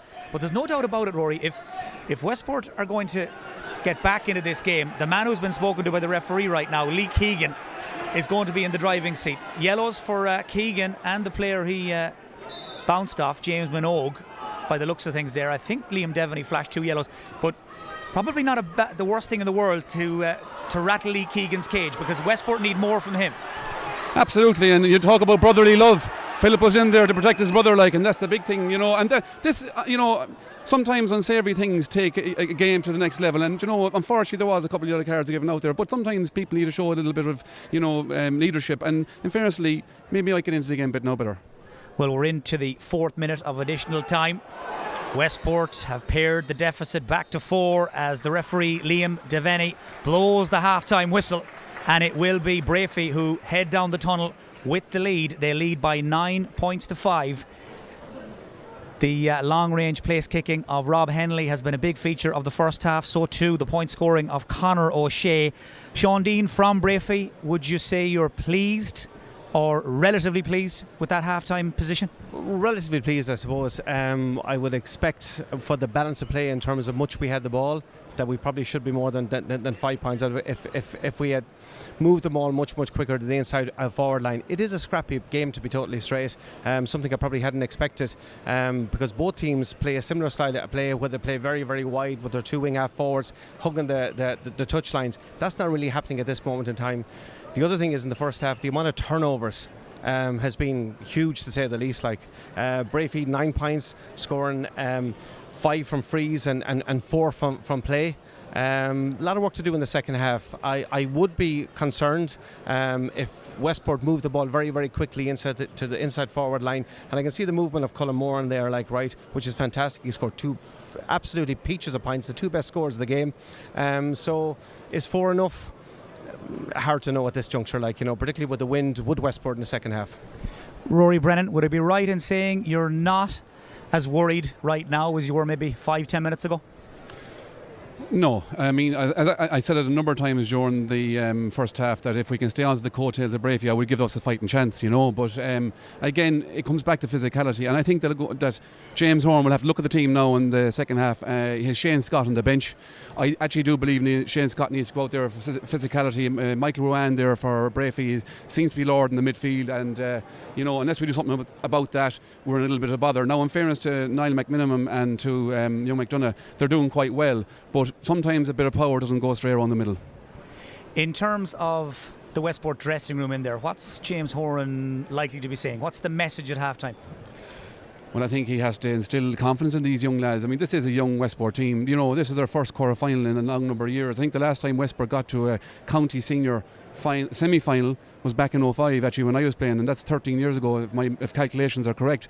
You know, so, you know, at the end of the day, we've Castlebar who are county champions for the last 3 years, and, you know, winning breeds winning, and that's, you know, that's the key to it. So it's all about confidence and instilling confidence in those players at half-time to tell them that they can open up Breaffy in the second half, and they probably will open up Breaffy, but Breaffy's defence so far, they're going to be here. I think the two O'Sheas are pivotal for them there in the forward line. It's an awful lot more ball going in around them there, and Matty Ruan at midfield, forgot to mention him. He's had an outstanding first half there. He's been behind an awful lot of the good stuff the Breaffy are doing here from an attacker's perspective. He really knows his job. He's an attacking midfielder and he's not afraid to get forward. So I think more of the same is what Peter Ford is going to be saying there. Stephen Carlin, we'll let you get back to your position, and as I said, don't forget to follow us on Twitter at MayoGAA.com and on our Facebook page. Log on, let us know where you're watching in the world, send us a tweet, and we'll hand you back over to our commentator Mike Finnerty. And Mike, hopefully the second half will produce a bit of drama. Thanks, Tom. Yeah, that would be nice. Breaffy leading 9 points to 5, but Sean Dean, the more we discussed that first half during the break there, the more worried as a Breaffy man you were becoming, because you feel Peter Ford and Shane Conway will not be happy, particularly with those last 10 minutes of the first half, and that lead is not quite big enough considering the amount of football Breaffy have played. Yeah, look at that. I look at it. If you were to put it into percentage terms, I'd say it was probably maybe 55, 35 or something of that nature in terms of the percentage of play that Breaffy had. But again, not using the ball as efficiently as we should be, and particularly in the last 10 minutes of the game, giving away, you know, the last 2 or 3 scores. So definitely will not be happy. No changes on either side at half-time from what we can see. James Horan of Westport and Peter Ford and Shane Conway of Breaffy happy enough to go again with the same 15s that finished out the first half. One incredible stat to tell you, Westport, from what we can gather, lost 12 of the 13 breaks that happened from kickouts during that first half. It's quite an incredible stat, Rory, to think Westport won 1 break. Stephen, you're our statistician in the analysis team here. What do you make of that? We were talking, myself and Tom, there during the half-time break here. By going with the short kick-outs here, they're allowing the stronger Breaffy players to get up tight and close on them and rip the ball off them. When they have gone long over the midfield, they've had some joy at Westport. So maybe a little bit more of that in the second half here. Lee Keegan getting stuck in. No doubt he is the enforcer, and quite literally there throws Tommy O'Reilly out of his way. Wasn't really a fair matchup there. You had the heavyweight Keegan and the shall we say lightweight Tommy O'Reilly, flyweight Tommy O'Reilly, but Keegan back on the ball again, starting to come more and more into this game now. The multiple all-star Lee Keegan. Colin Moran almost got out in front of James Minogue, but this time it was Breaffy who doubled up. Dylan Cannon helping to put the squeeze on the Westport corner forward, and he's still down in his hunkers, Colin Moore, and he took a bang there as he went for that ball. Breaffy play away down the left hand side. Robbie Fadden trying to turn in, being held up and fouled by Yoshid McLaughlin, and Breaffy will have a free, and no surprise to see Rob Henley coming from his goal. Now he's kicking into the wind in this second half. It's a breeze, I suppose, more so than a wind. It's blowing down into the right corner forward position, into Colin Moran's corner. But Henley, who has hit 3 points already in this quarter-final, has a chance to make it double scores and push the Breaffy lead out just that little bit more. Remember, this the first of a double header here at MacHale Park this evening. Coming up at 7:30, it is Ballintubber against Moy Davitts. Ballintubber raging hot favourites to go back to the semi-final. Henley doesn't catch that cleanly, held up on the wind. Recycled by Tommy O'Reilly. Back to Conor O'Shea. Breaffy's leading scorer so far. 4 points, 2 from play, 2 from frees. Nice ball to link with Keith Mulcrone. Dravins driven backwards by Fionn McDonough. Paul Lambert as well, in like a terrier there to close down the space. Breaffy will try another avenue of attack. Shamie O'Shea being pursued by Phil Keegan as Breaffy play keep ball. 4 points to the good. Now, if this game, or indeed any of the quarterfinals, were to finish level this weekend, we would have extra time. Worth bearing in mind if you've got plans for this Saturday night. Aidan O'Shea gives it off to Stephen McDermott, and that is just wide. And that's another example of what we've been talking about quite a bit, Sean Dean. The approach work, very easy on the eye, but again, the end product, the final finish, not what it needed to be. No, absolutely not. And look at, I'm repeating myself here, but again, we're too lethargic around the middle of the field. And you look at the pace of Garrett Dunn inside, we need to move the ball much quicker to cause trouble to the inside the defenders of Westport, which we're not doing at this moment in time. Oisin McLaughlin, or Paul Lambert rather, wrapped up by Aidan O'Shea. O'Shea renowned for his tackling. He's one of the very best in the country. But that time he just got a bit too close for comfort. And I think, apart from anything else there, Rory Brennan, as Aidan O'Shea is booked, there was a size mismatch which immediately caused an issue for both Lambert and O'Shea. Yeah, and that has been a feature, I think, over the games, even in county games, where the bigger man goes in with a strong tackle and looks terrible. But actually it's not as bad as it looks in some instances. And I actually think that Paul Lambert had a bit of a grab of Aidan O'Shea's hand in that regard. But just in relation to the start of this half, Breaffy are boss in the game again, and unless Westport do something, make some quick changes, I think we're in a little bit of trouble. Now Westport have held possession here for a good solid 30 seconds. Here's Fionn McDonough. That looks good, and Fionn McDonough with a second stylish score of this quarter-final. Hit a real eye-catcher in the first half, late in the first half when he came thundering down the middle. That time got on the end of a lovely move that was started by Paul Lambert winning a free and finished in some style by McDonough. 9-6, it's back to 3 now. Yeah, look at Fionn McDonough, in my view, should be definitely in the county panel, and I think that if he gets in there, he'll be a starter because he has serious talent. He's a serious footballer, and it's the likes of Fionn there who stepped up to the mark and got a great point there for Westport and keeps them in touch with the game. We need to see a bit more of Lee Keegan come into the game now as well, and maybe an attacking rather than such a defensive role. Fionn McDonough, another one of the players who were in the Mayo Senior Development Panel in 2018. Certainly very close, you'd imagine, to making the breakthrough to the senior squad proper. Another Westport defensive masterclass there to turn the ball over. Long delivery by Keegan, finds Colin Moran. They're starting to come more and more into it now, Westport. Nice ball around the corner for Phil Keegan. Waits for Moran to arrive. He is the sharpshooter in this Westport forward line, and Colin Moran does it again. 3 points, all from play from the Westport number 13. The delivery was first class. Keegan again involved, and Stephen Carrollin, Lee Keegan, is coming more and more into the game, driving Westport forward from the middle of the field and that half back line. Yeah, we talked about that at half time. Lee wasn't playing central enough for my making anyway in the first half. Now he's driving Westport on from the middle of the field. He had one good ball into Fionn McDonough in the first half as well, and Fionn scored from that. So anything he's touching has been very positive. He just needs to be more centrally involved, and that's happening now. Well, right now he's Elorna Porca, Lee Keegan, picking up Matty Ruan. But that now means Westport have hit 4 points without reply in this quarter-final, 2 either side of half-time. And worth reminding ourselves and those of you watching, at one stage Breaffy led here by 6 points at one stage in the second quarter, but that lead has been reduced back to just 2, and that's a free against Breaffy, over carrying. And there's no doubt about it, Sean Dean, you can just sense the tide is starting to turn. Absolutely, the Westport have started extremely well in the second half and moving the ball at pace, which makes sense in terms of obviously the pace that they have inside. So the support play that Breaffy aren't getting, there's not enough men getting on the shoulders of the Breaffy lads, and hence the turnover or the foul there for Dylan Cannon.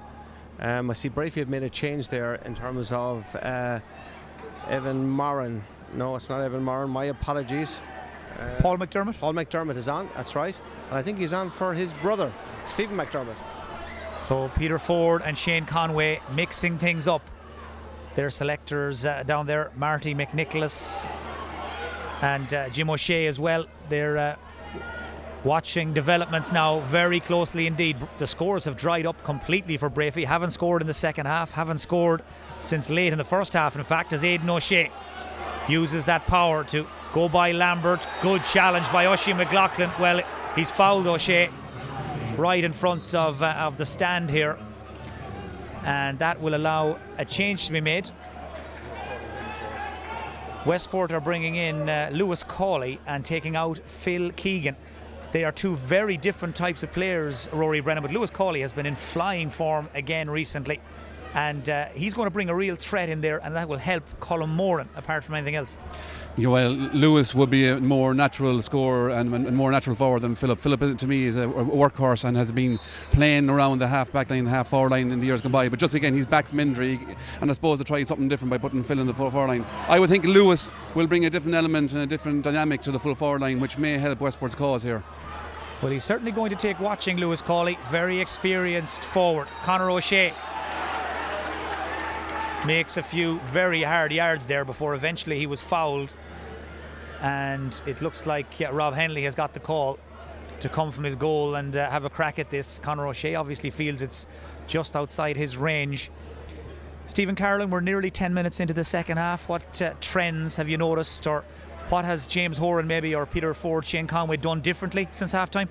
I think just the Lee Keegan factor. It's not just because he's a county player. He's a very, very talented player, and he's been moved into an area where he can influence the game a lot more. Now, they've had a period of dominance there, Westport. They've got within 2 points of Breaffy. But Conor O'Shea has been excellent in the first half, and he's standing up here again as a target man for Breaffy. So if Breaffy or Westport need to get back even within a point of Westport here before. And as we watch there, this is a big kick for Henley, and it just curls and fades away and wide. Well, when he kicked it initially, Rory Brennan, it looked like it was going over, but that breeze just got a hold of it and dragged it across and wide. Yeah, I'm afraid it's a bit like the snooker players got too much spin on the ball, and just pulled away from the post in the last minute or last second. But in fairness, it was beautifully struck by Rob. Unlucky. That's now 2 frees Rob Henley has come away from empty-handed in this second half. That wind is proving tricky for him as Colm Moran gets on the ball again. He's the man that's making things happen. Lovely ball towards James Welch, and Henley left his line very quickly and got there. Safe pair of hands and gets it clear, and carried clear by Keith Mulcrone. McLaughlin and Keegan push up very quickly, joined by James Welch, and between the three of them they've managed to win the free. And the body language and the reaction of McLaughlin, and in particular Keegan, sends a very clear message. Absolutely. Look, at Westport are hunting in packs, and that was an absolutely excellent turnover. But again, we're not moving the ball as quick as we should be, and we're paying the price for it. Whereas Westport, on the other hand, are trying to get the ball in as quick as they can into their inside forward line. Here's Lewis Cawley, first touch for the substitute. That's going to drop short. Looked initially like Westport would have a shot at goal. Instead, tried to work something, catch Breaffy off guard. Didn't happen. And Matty Ruan will pump it long in front of Garrett Dunn. Runner coming off his shoulder is Robbie Fadden. Into the centre to Keith Mulcrone. He's 45 yards from the Westport goal. Dunn just hesitated, and he who hesitates is lost, as David Horan unable to get it under control, and eventually there's a foul, and that's a free to Breaffy. The foul on Keith Mulcrone, who popped up over on that left wing rather. So 12 minutes into the second half, Breaffy's half-time lead of 4 points has been cut in half, and again they've elected to bring up Rob Henley. And as we were chatting about many times, Sean Dean, when you bring out the goalkeeper and he converts them and they go over, it's the best thing in the world. If he doesn't, you can almost hear the groans from the crowd. Yeah, look at it. I think it gives the opposition a lift. There's no doubt about it. But again, every time the Breaffy are running at Westport with pace, Westport's tackling is a little bit high, giving away frees, and I think it's Breaffy's best opportunity is to run at them on an ongoing basis, right? Another unfortunate wide there, so that's the third of the second half for Breaffy. Yeah, there's that boost, Rory Brennan, that Sean Dean spoke about before Rob Henley kicked that free. It's gone wide. It's a third miss from him in the second half. He is having issues harnessing that breeze, and you could hear the reaction from the Westport crowd. Yeah, and I think as the game goes on, I think if Breaffy reduced in intensity this game, it'll suit them. But if Westport are a superly fit team, and they have shown that through the championship this year, and if they can increase intensity and put pressure on Breaffy, I think they have a very good chance here of turning this one over. Nice delivery from Kilkelly to Moran. He is taken out and taken down, and that is most certainly a free in. Liam Devaney is also going to have a word with Matty Ruan. That was a very, very hard hit and a yellow for the Breaffy midfielder. Well, Colin Moran's reputation preceded him coming into this game. Has had a fantastic season with the Mayo under-20s and Westport. Needs some attention now though, needs a bit of treatment just to recover from that hit. As up steps Killian Kilkelly.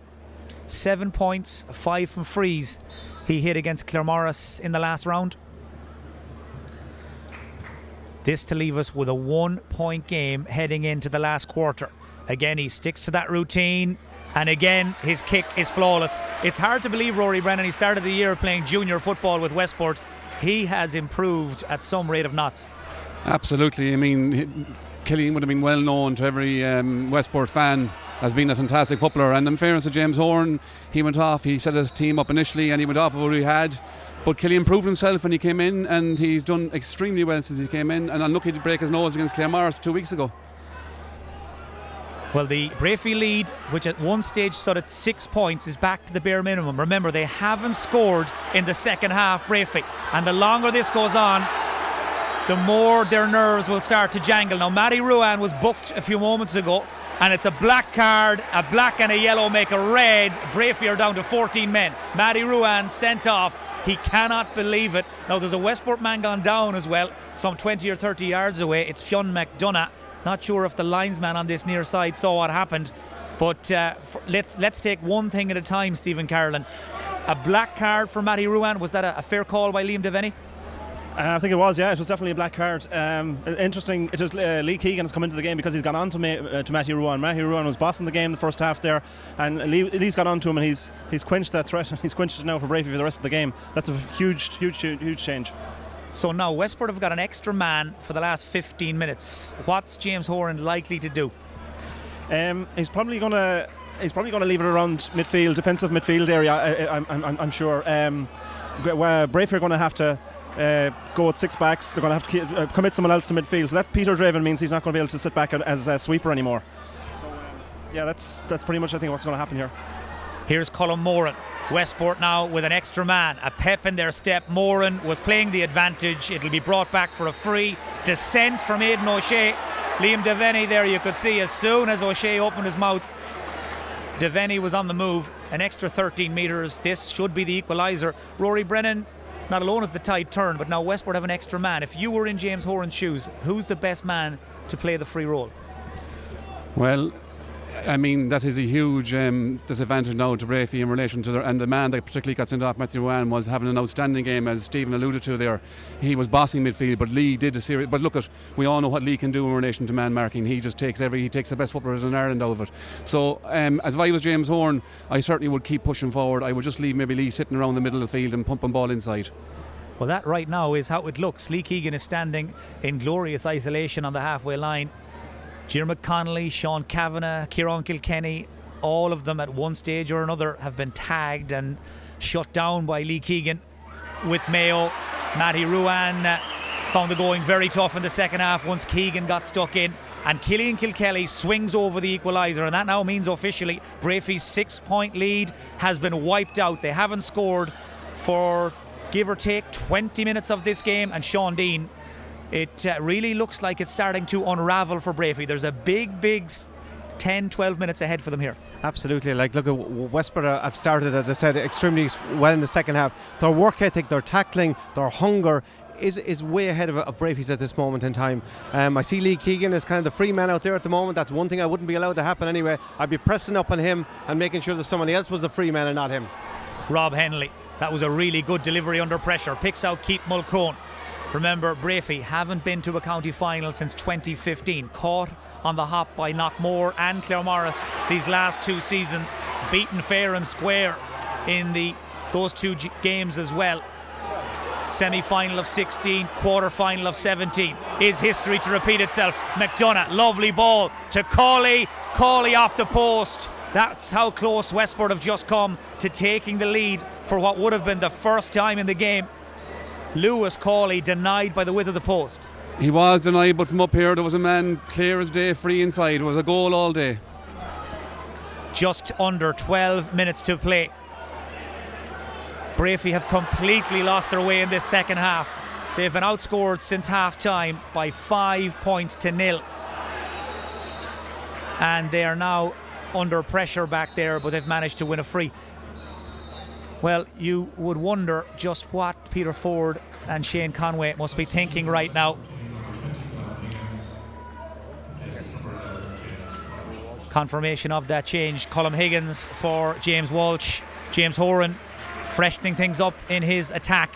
But Sean Dean, there's some activity on the Breaffy sideline as well. Yeah, Gary Walsh and Dara Moran are about to come on. Dara normally plays wing half back, and Gary either playing full forward or sometimes around the middle of the field, so they will add a bit of energy and a bit of guile into the Breaffy team for the last 10 or 15 minutes.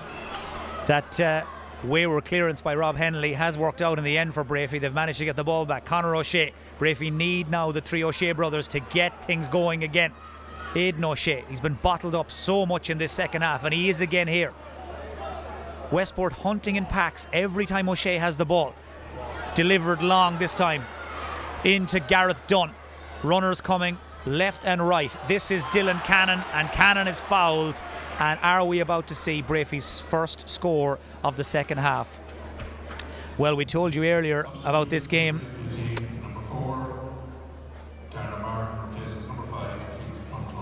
So another change by Breaffy. Dara Moran.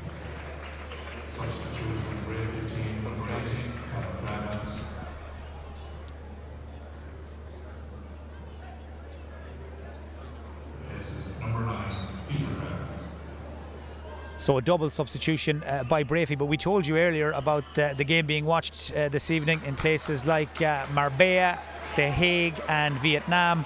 Also Aoife Morley watching this championship quarter-final live from Riyadh in Saudi Arabia. What do you think of that, Rory Brennan? I wish I was with her. I could do with a sunshine break, to be honest, this stage, you know, but well, hello, we've... Okay, go on. That was a bit too close for comfort there. Not surprised Rory Brennan lost his train of thought as Paddy O'Malley very nearly got his wires crossed, but it all works out. And what about that for a ball to pick out the runner? Thundering through goes David Horan. Lays it back as far. Is that Lambert? That's a really, really ambitious kick. It was Oisin McLaughlin, I think, who pulled the trigger in the end, and that shot goes across the face of goal and wide. Breaffy leading 10 points to 9. That free a few moments ago, their only score of this second half, but still a long, long way to go. That was a very important interception. Ball work forward by McDonough to Cawley, and that's what Lewis Cawley does best. Sitting inside, poaching, waiting for that final ball. It came from Fionn McDonough, and Cawley's finish was sublime. Gary Walsh is just about to come on for Breaffy there now. One thing that I've noticed with Breaffy, Breaffy have lost their defensive shape, and as a result of that, when Westport break, they have tons of room inside, and unless we get our defensive shape right and be solid there, we're going to have a problem, and we will leak a goal at some stage. It's inevitably happening as our defensive shape gets much, much tighter. Just a brief stoppage here as Niall McManaman receives some running repairs. There's no doubt about it. Now Breaffy are throwing everything they have at this. That change, the latest in a string of changes they've made in this second half, trying to get going again. And there are so many echoes here to those defeats in the last two seasons to Knockmore and Claremorris. Breaffy just stuttering and stumbling and unable to get firing on all cylinders. Conor O'Shea back as far as Tommy O'Reilly, son of Tom, who played in the 96 All-Ireland for Mayo against Meath. Ball lost by Tommy, won by Dylan Cannon, and worked into the hands of Aidan O'Shea. Here's Dara Moran. O'Shea seemed to be hit late there. Refereeing is playing the advantage. Now Dara Moran is fouled and Moran and O'Shea both on the flat of their backs. Again, every time the Breaffy run at Westport are consistently fouling, and it is a massive opportunity for Breaffy to keep running at them straight down the middle, and the last couple of frees have come from that. Well, Westport have outscored Breaffy in this second half by 5 points to 1. Their dominance has been almost total and utter, and yet Conor O'Shea has a chance to kick Breaffy back in front. And would you believe it, he has missed it.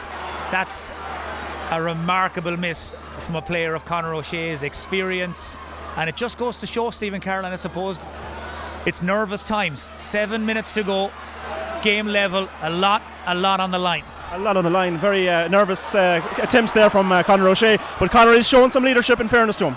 Here's Oisin McLaughlin running from a similar position that he scored a cracking goal in that All-Ireland intermediate final a couple of years ago for Westport, but he just seemed to get caught in two minds there when he eventually had to make up his mind. Just didn't seem to know whether to stick or to twist, to shoot or to pass, and in the end it was well wide of the target.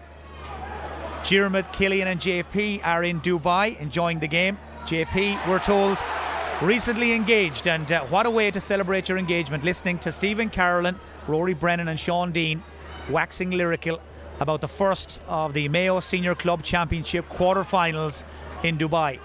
All square. We would have extra time if we can't find a winner in normal time. Lewis Cawley looking for a big score wide on his own side. Kieran Joyce is watching in Toronto this evening as well.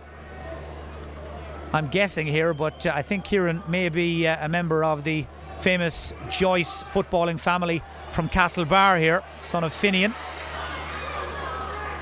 But meanwhile, back at the ranch, kick out from Henley, won by Cannon, and he's won the free as well. But we're watching, Rory Brennan, a completely different game of football now than we were a little earlier in the evening. This now has finally turned into a right good game of championship football. No, this is championship football at its best, but unfortunately on both sides the shooting is wayward. The shot options they're not taking the right shot options at the right time. There was a number of chances there for Westport and Breaffy to take a different man and pop the ball over the bar, but they didn't, and they were still stalemate at the minute. That latest wide from Robbie Fadden, Sean Dean, it's just a reminder, isn't it, that whoever loses this is going to be absolutely kicking themselves, because they will feel, quite rightly, they left it behind. Absolutely, there's no question or doubt about it, and it's going to test Breaffy now in terms of their mental reserve, because they've been here over the last couple of years. If we go back last year, playing against Claremorris and losing that quarter final, that's bound to be in some of the players' heads out there, and how they deal with that over the next 10-15 minutes will have a big say on the result. 4 minutes of normal time to play plus whatever's added. Here's Cawley. He really has revitalised that Westport full forward line. He's looked very lively, very sharp. Keegan, he's had some second half. Keegan just lays it forward. David Horan back to Cawley. Two of the most experienced players in the Westport team. They know how to keep ball, how to take the right option, and Westport will slow this right down now. Their objective here will be to get their shooters into position. Remember, Westport playing right now with an extra man. Matty Ruan sent off on a yellow and a black. Delivery is dangerous, flicked inside, and it comes back off the crossbar. Rob Henley, I'm sure, will tell you he had it covered, but that was oh so close to being the first goal of the game. The flick was from Colm Higgins, the second half substitute for Westport, and he rattles the bar, Rory Brennan. Very unlucky. It was a nice piece of football, in fairness. Ball inside of the full forward, as I always say, put the ball into the square and see what happens, and that's exactly what they did, but unfortunately the woodwork has saved Breaffy on that occasion. Good evening to Kevin McDermott in Washington DC, watching his cousins Paul and Stephen playing for Breaffy this evening. Neil Geraghty is watching in Syria. Dara Pigeon is online in Swinford, and Pather and Aina Shoiga and Shane Meehan tuned in from NYC, looking forward to the big game for Claremorris tomorrow against Castlebar Mitchells, a game you can also watch live on Mayo GAA TV. We're into the last 3 minutes of normal time. You could cut the tension with a knife. There's a huge crowd here in Castlebar, and they know, and Breaffy and Westport know, the next score could well win this. The finish line is getting closer and closer. Aidan O'Shea pops it outside to Darragh Moran, faced again by three Westport men. They're tackling in packs, they're hunting in packs, Breaffy man Tommy O'Reilly is hurt as Keegan and James Minogue hammer into one another. It'll take a third man, Oisin McLaughlin, to separate them. Not sure if he was trying to help or hinder, to be honest. But sparks now starting to fly, because one way or another, a big gun, one of the big contenders to Castlebar Mitchell's title this season, is going out of the championship very, very shortly. Now, extra yardage, because Lee Keegan, I think, didn't come out of Aidan O'Shea's road. Ball has been moved forward, and Rob Henley is being brought up to kick the free. Now, he hit 3 points from long-range frees in the first half, missed 3 in the second half. This is real pressure, Sean Dean. This is a vital kick. Breaffy are finding it very hard to come by scores, so this is what you call pressure. But I'm very, very impressed with Westport and their tackling. 2-3 men around a Breaffy man, and the turnovers they're getting from it, hugely impressive. Breaffy aren't doing that, and their work ethic isn't at the same level as Westport's. It could all come down to this. Henley to put Breaffy in front. Henley nails it. That's a super kick from Rob Henley. There was a lot of pressure on,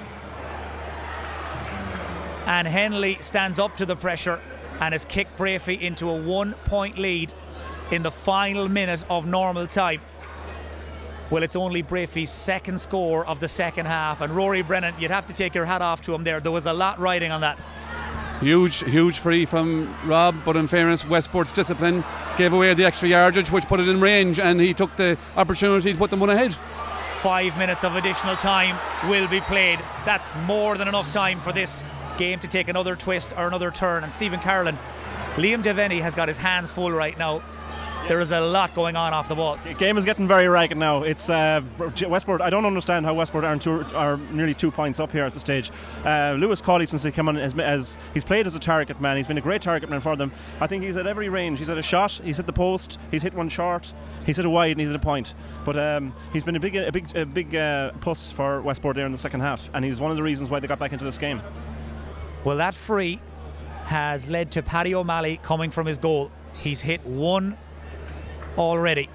He's landed one big bomb in this quarter-final already. Can he do it again? All eyes on O'Malley. A pressure kick just wide from young Paddy O'Malley. Well, you could hear the collective intake of breath around the stadium here in Castlebar as Paddy O'Malley stepped up to that. First minute of additional time has almost come and gone. The 14 men of Breaffy lead Westport by a point.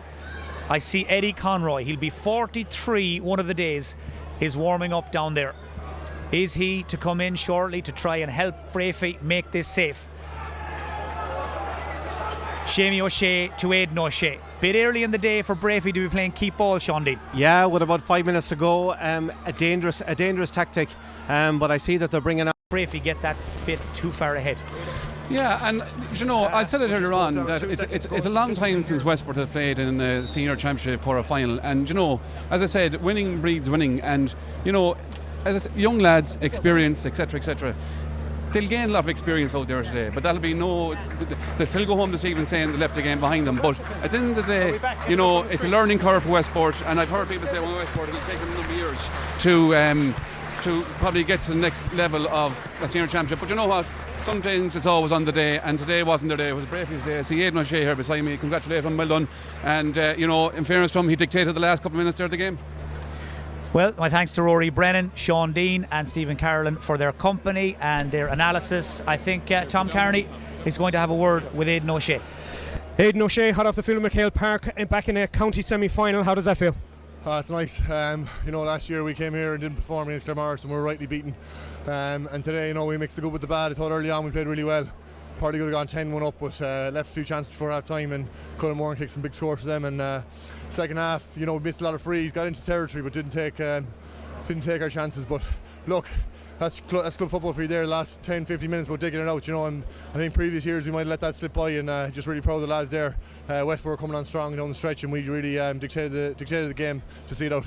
Were you surprised how defensively Westport set up in the first half, not playing their natural attacking football that they have particularly in winning the Division 1B championship? No, not really. Look, we looked at their tapes, and in fairness, they like trying to get a sweeper at all times and try and break on counter attacks with the pace they have, and they do really, really well.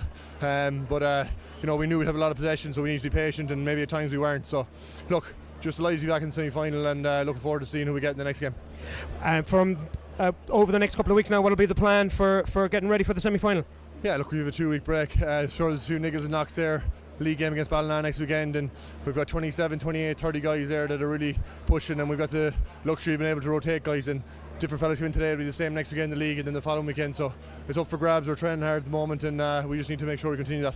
And from a personal perspective, pleased with how you performed today? Yeah, not bad. Yeah, I had a bit of a tweak in my calf for the last 2 weeks, so just to get out in the field, I haven't been able to train, so just delighted to get out there and be able to play, help the lads get over the line. Aidan O'Shea, thank you for joining us, and we look forward to seeing you in the semi-finals. So that's the first quarter-final down. We have another exciting quarter-final to come up for you. We have Bohola Moy Davitts versus Ballintubber.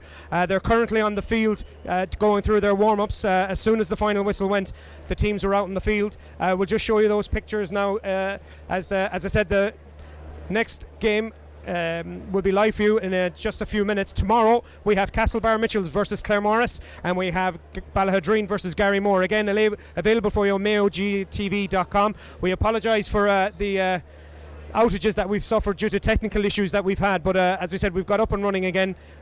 We're very appreciative of sticking with us. You might have missed the last few minutes. It was an exciting fix for the game, as Aidan O'Shea was saying. Breaffy scoring only 2 points in the second half, but at least they've come through. Westport, strong challenge for them. Intermediate champions, a step up from last year. They came through to the senior championship and they've played extremely well. So we're just getting ready for the second game, and hopefully you've tuned in our way live for you on MayoGAA.com. Ballintubber, who have appeared in 5 of the last 8 finals, a big ask for them. And if Stephen Carlin, your thoughts of the closing stretch of that game. Some of our viewers may have lost their connection, but Westport came out and really put it up to Breaffy in the second half. They did. They changed it all up. We talked at half time about what they needed to do, and they got Lee Keegan central, and that was key to it. So he effectively just closed down Matty Ruan, who was absolutely dominating the game for Breaffy. He was playing an outstanding game. As Rory said earlier on, that's Lee's forte. That's what he's good at, and that's what he does. But he also started bombing up the middle there, and he was starting an awful lot of the Westport attacks. They brought on Lewis Cawley inside as well, and he played really well as a target man in terms of gaining possession. Now he didn't use it enough. I think he had the whole range. He hit the post, he hit one short, he hit one over the bar, and he hit one wide. But Westport will have left that one behind them. But fair play, a bit of character from Breaffy. It's something that hasn't been attributed to them in the past. I think having their county players available for most of the summer has really benefited them. They've been able to gel, and they were central to that game today. Matty Ruan, Conor O'Shea, Aidan O'Shea, Robbie Henley were crucial to them there today. Even Matty Ruan's black card for a challenge didn't seem to disrupt their flow too much. They were defensive for much of the second half, given the way that Westport came out of the blocks very quickly, closing that gap level several times throughout the second half. And really, as you've alluded to, you probably feel that Breaffy's experience at this level probably just paid off. It did. Westport showed a little bit of an experience in front of the posts. In a situation like that, you just take your points and you wear the opposition down, especially when you've got a numerical advantage. And I think that's something that Westport will be kicking themselves about here tonight. They had the chances there. Breaffy tried to be defensive in the second half, but Westport, in fairness to them, played a very expansive game. They kept it out near the end lines, and they offered themselves as target men, and their half-back and midfielders were able to find them and threaten the Breaffy goal, but they just couldn't knock it over the bar. How big a gap is there between Division 1A and Division 1B football, bearing in mind that the calibre of players you'll be coming up against? Would that have stood to Breaffy this year, challenging for the league title, lost out to Castlebar again, but Westport winning Division 1B, not at ease, but they had it pretty much their own way, and the intensity levels of championship, obviously they were in a group phase, but as you said, during the year the players really come along through the league and come into championship in good form. Absolutely. But it's if you're playing against better teams, better players, it's going to bring something more out of you. You're going to have to react to that. And when you go down the divisions, you're maybe not going to come up against. You're not going to have quality in all 15 positions. In Division 1A, you are going to have that, and I think that's the big benefit of that. But Westport are well able for that top division. I expect them to be very comfortable in that position up there in that division. And Ballahildreen, of course, will be joining them, and we have those live tomorrow. Ballahildreen and Gary Moore. We have 2-game double header again for you. Stephen Carolan, you're sticking around for the next game. We have Ballintubber and Bohola Moy Davitts. The players are just getting into position. We're going to bring in our co-commentators now. We have Jackie Heenahan from Ballintubber, and we're nearly ready to get back underway for you here at Elverys MacHale Park.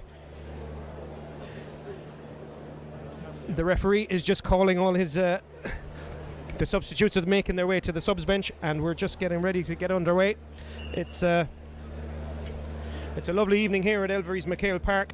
It's going to be hopefully this game is going to provide as much excitement as the second game.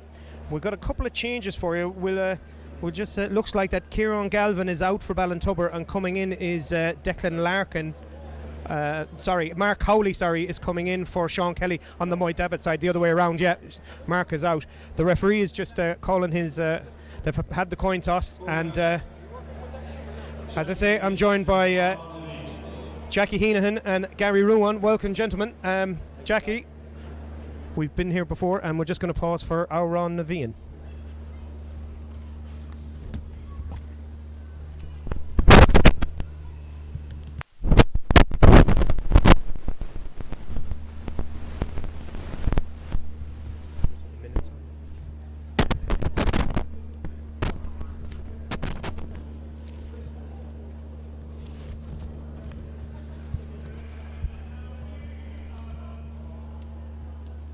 Thank you.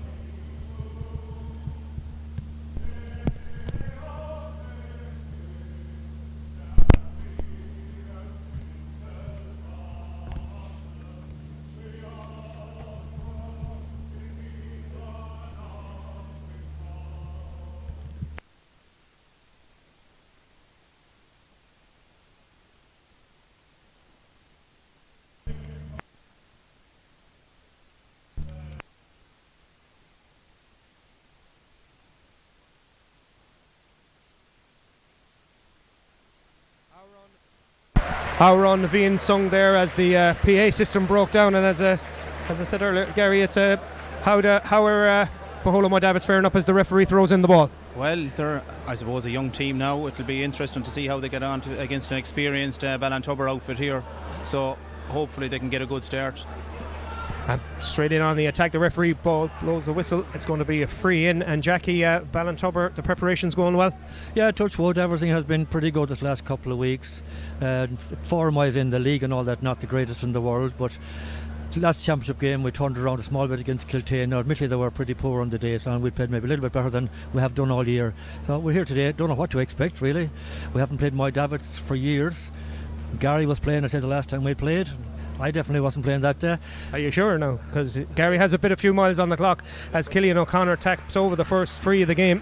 So we don't know much about Moy Davitts. They're an element of surprise to us, so they would know more about us. I suppose we've been in the limelight maybe a little bit more, so don't know what to expect, but we hope that we're up for it. We hope we are. Kick out taken by Chris McGlynn, trying to get it long, but it's intercepted by Alan Dillon. Scoring opportunity provided here for Pádraig O'Connor. He just overcooks that one slightly and it goes wide to the right, and it's going to be another kick out for Chris McGlynn, the captain of the Moy Davitts side. And Gary, the form coming into this, you have to be pleased with the way the team is playing. Yeah, I suppose they're into, as they said themselves, they're into bonus territory tonight. Like, you know, they're a young team coming up in the championship, and they got out of their group, which no one expected really. I suppose against the likes of Charlestown and Knockmore, they were expected to proceed. So we're delighted to be at this stage. Hopefully we can put up a good showing here tonight against Ballintubber. Pádraig Ruan and Sean Mulroy exchange passes in the centre of the field and trying to get Moy Davitts onto their first attack. Coming down the left hand side, a little kick around the corner, trying to find Brian Reap, who's the danger man, you feel, for Bohola Moy Davitts, if they're going to have any success today and they're cutting inside and along the sideline, it's going to be a 45. And Brian Reap, who was over in Chicago with McBride's during the summer, he had a good season with them. Came back looking fit and strong. Yeah, he did. Went to Chicago early in the summer, and I think he was out there with Jeremy O'Connor, another one or two Mayo players, and he seemed to his form was good out there, and he seems to have brought it home as well with him. So we're delighted in Moy Davitts with that. So it's going to be a 45 for Moy Davitts. We have a couple of minutes gone on the clock. It's the crowd that were in for the Breaffy and Westport game have hung around. We have a good 2,000-3,000. That 45 is taken backwards. The ball in hands with Pádraig Ruan. Again, seeing plenty of the ball early on, but the pass goes astray and it's turned over by Ballintubber, and it's Diarmuid O'Connor, Jason Gibbons, long hand pass to Alan Dillon to run onto, gets in between the two defenders, loses his feet, but he's back up. It's going to be a long day for both defences, you feel, both teams, and Cillian O'Connor can't quite hold that ball. Diarmuid gathers the loose ball, comes in on his right foot, looking to switch the point of the attack, and it's not marked closely, cutting inside onto his left boot and tapping that over the bar for an easy score. And Jackie, it's two good scores for Ballintubber in the opening couple of minutes. Yes, indeed, moving the ball pretty fast. Landed at Killian's feet the last few, so I don't know whether that he's gaining a half a yard or losing a half a yard. When you see a guy landing down on his knees for the ball early on, it's not too good, but at the same time we've got our point from Alan Plunkett, a little bit of a special one with his left foot. Doesn't happen too often. Left is for standing on only. The modern day footballer needs to have two, but as back in your day, it was if you could kick it with one, you were in the team. No more than a few others, but it's going to be, as we said, a great contest, as Gary alluded to, bonus territory for Bohola Moy Davitts, and you can see the danger that the respect that Ballintubber have. They're pulling a man back and they're doubling up on Brian Reap, and as he tries to wriggle free to get a score, and that's well taken. One out when it was a bit of under pressure. He was outnumbered but managed to get the ball away. Yeah, didn't get the initial ball, but won the ball off the goalkeeper there and turned it over the bar. Nice score from Brian. Ballintubber, who have been in 5 of the last 8 finals, Jackie, they have form in the competition, as the man said, and it's looking for their 4th in the modern era. Yeah, we have, I suppose, we have really reaped, I suppose, of this particular group. They've been marvellous for us. Down the line, maybe not so good coming up, but at the moment, these lads have been excellent. We cannot complain. Bohola Moy Davitts through for a shot on goal, but smothered well there by Brendan Walsh. The Bohola Moy Davitts had runners left and right, and there's still an opportunity to get a shot away, and it's wriggled through 2 defenders, and that's well taken. So the score is tied up, and it's going to be, as we said, 2 early scores for both sides. The scoring in the game before that was, it took a while for both teams to find their shooting boots, but at the moment it looks like it's going to be an interesting game between the defences and the forwards. Ballintubber, as we said, one of the elder statesmen of this competition, and there's a long kick out looking for Jason Gibbons, couldn't quite grab it first time. The ball breaks, grab quickly, and Moy Davitts are intent on trying to get the ball moving forward as quickly as possible. It finds its way into the centre of the field. Pádraig Ruan pops it over the top, gets it back from Mark Regan, comes across the midfield. Patient build up for Moy Davitts, as is their style. They're not rushed, they're looking to get Brian Reap as much ball as they can, but that pass goes astray, and Alan Dillon back helping out his defence, looking to spring another Ballintubber attack. An early ball delivered again out in front. Cillian O'Connor grabs that ball, looking for a quick pass inside. O'Malley out in front, but well marshalled there by Conal Quinn. And Moy Davitts break on the attack again. A good pass finds the free man on the 45, and ball delivered quickly inside. It's going to turn the defender. That's a great spin on the turn by JP Boyle, but he just couldn't get that one over the bar. But it seems from the early few balls that Davitts have a very quick tactic inside. Just move the ball, get it into the danger area as quickly as possible. Yeah, we like to get the ball in early. We have some good young players, and JP would be one of the elder statesmen, and he's the ball winner inside, so they try and move it early before the defences get back. Ball taken with Jason Gibbons all alone with that one. Again, the ball delivered quickly inside to Alan Dillon. This time Dillon looking to switch the direction of the play, but it's a bit of a loose pass. The ball does break though, gets it back into Pádraig O'Connor. Pádraig O'Connor is deemed to have been fouled, so it's going to be a free kick for Cillian O'Connor to come off and see if he can come over and have a go from the other side of the field. And Ballintubber have been unlucky for Mayo fans that Mayo exited the championship early and have most of their players back all year, as we alluded to earlier. Dermot O'Connor went off to McBride's for a while, but played some great ball out there, we heard. Yes, himself and Michael Plunkett went also. They both went, same as Brian Reap. It was good for them. It give them a chance to clear their heads between exams and Mayo football.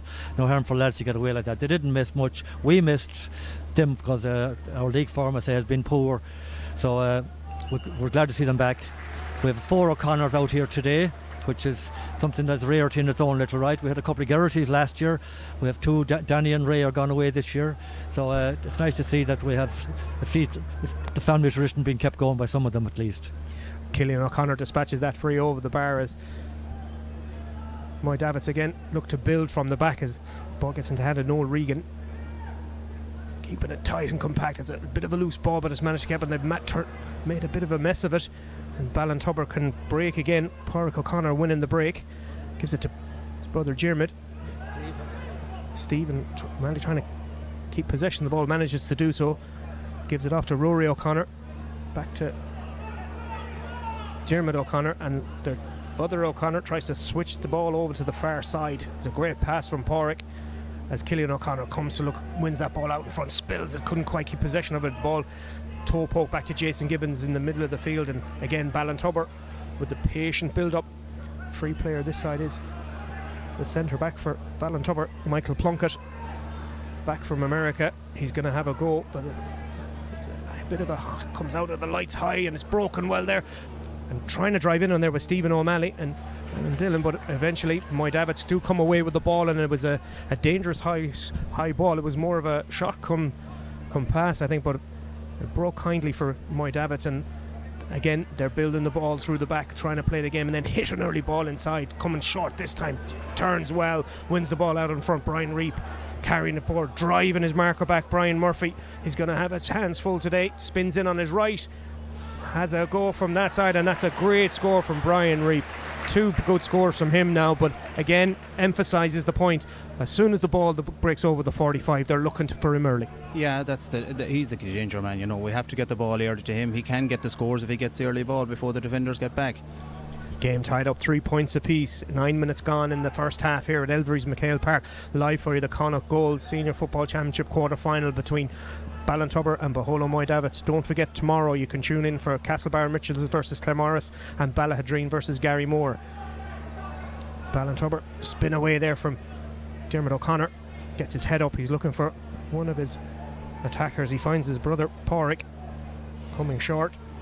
Jason Gibbons joining the attack, and Ballintubber patient again in their build up. Killian O'Connor far out on the far side here, swips it inside. That's an ambitious distance to be having a shot from Jackie, and the Bohola Moy Davitts are pulling numbers back and then trying to counter-attack. Well, as I say, I didn't know much about them before the game started, but we're learning pretty fast that the element of surprise, I hope, for Ballintubber has gone out the window at this stage. They're a pretty slick outfit. They're moving the ball well. We know that Brian Reap is the main man. Not a lot we can do about him at the moment. He's winning every ball that goes in. He's a real deal. At some point they may pull a sweeper back, but they're going man for man at the moment. They're playing with 3 orthodox forwards inside and they're keeping them back, but actually as we speak there is actually a man dropped back. Looks like it's Damien Coleman who's dropped back there as the sweeper, so they recognise the issue, and there's a high challenge there by Dermot O'Connor, I think, but they take it quickly. Ball with the wing back here at 5. Mark Regan and Pádraig Ruan again exchanging passes and continued his run forward. Pádraig Ruan, he's driving at the heart of the Ballintubber defence and has a go from just outside the D, and that's a well taken score. A good give and go puts Moy Davitts 1 up. Yeah, Pádraig has great potential. He has pace, he has power, and he can score. If he's on his game, he's a huge asset to Moy Davitts. It was a good give and go, and he just came inside the defence. Nobody came to challenge him. He got in just outside the semicircle and he popped it over. So Ballintubber find themselves a point down with 11 minutes gone in the first half here at Elverys MacHale Park. Jason Gibbons gets that ball second time. Early ball delivered in out in front.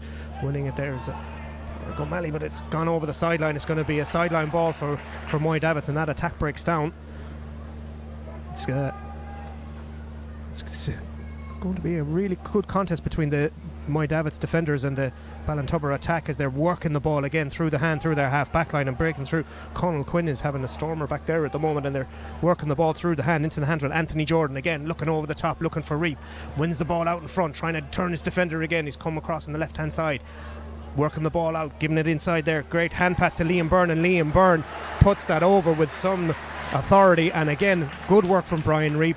Was happy to lay the ball off, but it's notable, as we said, the ball builds from the half back line, run at a pace, counter-attack football at its best. Yeah, Conal Quinn is having a great year for Moy Davitts. He's one of the oldest on the team now. He's in his early 30s, but he's having a stormer of a year, and he got a turnover there to our sideline ball and broke to the middle of the field, and that made the score for the lads. Kick out taken quickly.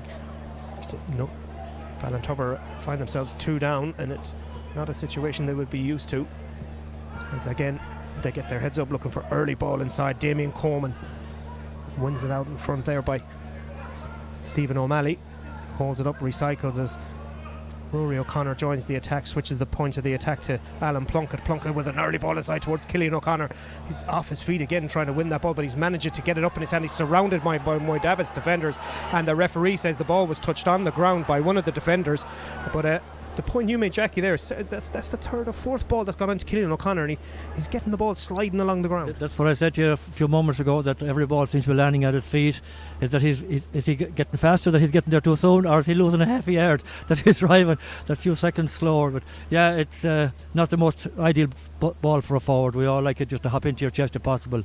So we'll see. I hope he's all right here in this, because he's been going through little niggly injuries this last while. So I hope he's all right. So we're 13 minutes into the first half. Ballintubber, Killian O'Connor will have a go at this and try and make it a 1-point game. It's a nice evening for football. There's very little breeze. It's a bit cold, but we'll take that if it's dry. And as we said, the crowd have stayed around here to try and enjoy the second quarter final. There seems to be an injury concern here for Dara Ruan. Took a bit of a bang, so it's a blood sub at the just for the moment. And also along the sideline there is Mark Howley, will be the one that will come in for Dara Ruan. He'll just probably drop into the centre back position while the running repairs are made. Seems to have got a blow to his nose in that collision with Killian O'Connor. So Killian just on the 30 metre line. Should be bread and butter for a player of his calibre, and indeed he dispatches it over the black spot and over the ball catcher. So it's 4 points Ballintubber, 5 points Moy Davitts, as the number 10 PA system announces the blood sub. Christopher McGlynn looking to see what options he has. He decides to go long this time, but Alan Dillon was closely marshalling Sean Mulroy there, and winning the breaking ball for Ballintubber was Alan Plunkett. Quick ball inside. Killian O'Connor has space as if he can turn and hit it the first time. That's a tremendous save by Christopher McGlynn. Killian O'Connor took the ball well over his shoulder, spun on his right foot and tipped over the bar by Christopher McGlynn, and a goal chance there saved by the captain. Oh yeah, definitely Chris kept us in the game there. It was a great save, but our fellas want to be careful of that crossfield ball. They found Ballintubber finding their men with that in the early stages here. So the referee is allowing the reversal of Pádraig Ryan comes back on for Dara Ruan, comes back on for Mark Howley. I think they gave him the wrong numbers there, but we're pretty eagle-eyed up here. We know what's going on. So again, the kick-outs, it doesn't seem to be working at the moment for Moy Davitts. Ballintubber seems to have them worked out, as Jason Gibbons drives forward into the 45 onto his right boot. That's well hit by Gibbons. That's dropped over the bar. A great score for Ballintubber from another turnover from the Bohola Moy Davitts kick out. And Stephen Carroll, the Moy Davitts kick out in the last few minutes just doesn't seem to be working. Yeah, and they're going short on a lot of their kickouts. They've been having a lot of joy at midfield. In particular, Pádraig Ryan's having a fine game. He scored a point there a few minutes ago, but he's been playing well beside. They're a very slick side. Interpassing is very, very slick. It's top quality. It's above at the chest. It's where you want it. They're a big threat here. Ballintubber maybe have underestimated them maybe slightly, but they're coming to terms with it now. It's back. They're just ahead by a point. It's going to be a free in though. Should be well within Brian Reef's range. Just on the 21. It's as we said, it's going to be a tight contest, and we can see on the sideline down here the Ballintubber management are fairly concerned about what they're seeing. as we said, the underestimation of the Moy Davitts team. I'm sure they were scouted in both sides, as Jackie alluded to earlier. Ballintubber are well known of how they play and how they'll set up, as that ball is tapped over the bar, so it's back to a 2-point lead for Moy Davitts. And Jackie, as you alluded to earlier, nothing simple in championship. No, that's going back to what Moy Davitts said. We wouldn't have played them for a number of years, but if they only played them in the league a few times itself, it would give you an idea how lads play. We don't know much about these lads. Are they left footed or they right footed? Little things like that make an awful lot of difference. Jason Gibbons finds himself in plenty of space again, and that's Jason Gibbons' second point, and it was far too easy from a Moy Davitts point of view for Jason Gibbons to tap that over the bar. No pressure on the kicker at all. Yeah, I think James Munderrick contested the kick out there and ended up on the ground, and Jason Gibbons broke onto the return pass from one of the Ballintubbers and got in easy. Short kick out this time, chip back to the goalkeeper, to Christopher McGlynn, the captain. He's looking for option, almost loses his footing, but finds the free man as Cillian O'Connor is chasing him down, trying to turn over the ball, and the ball is spilled there by Pádraig Ruan.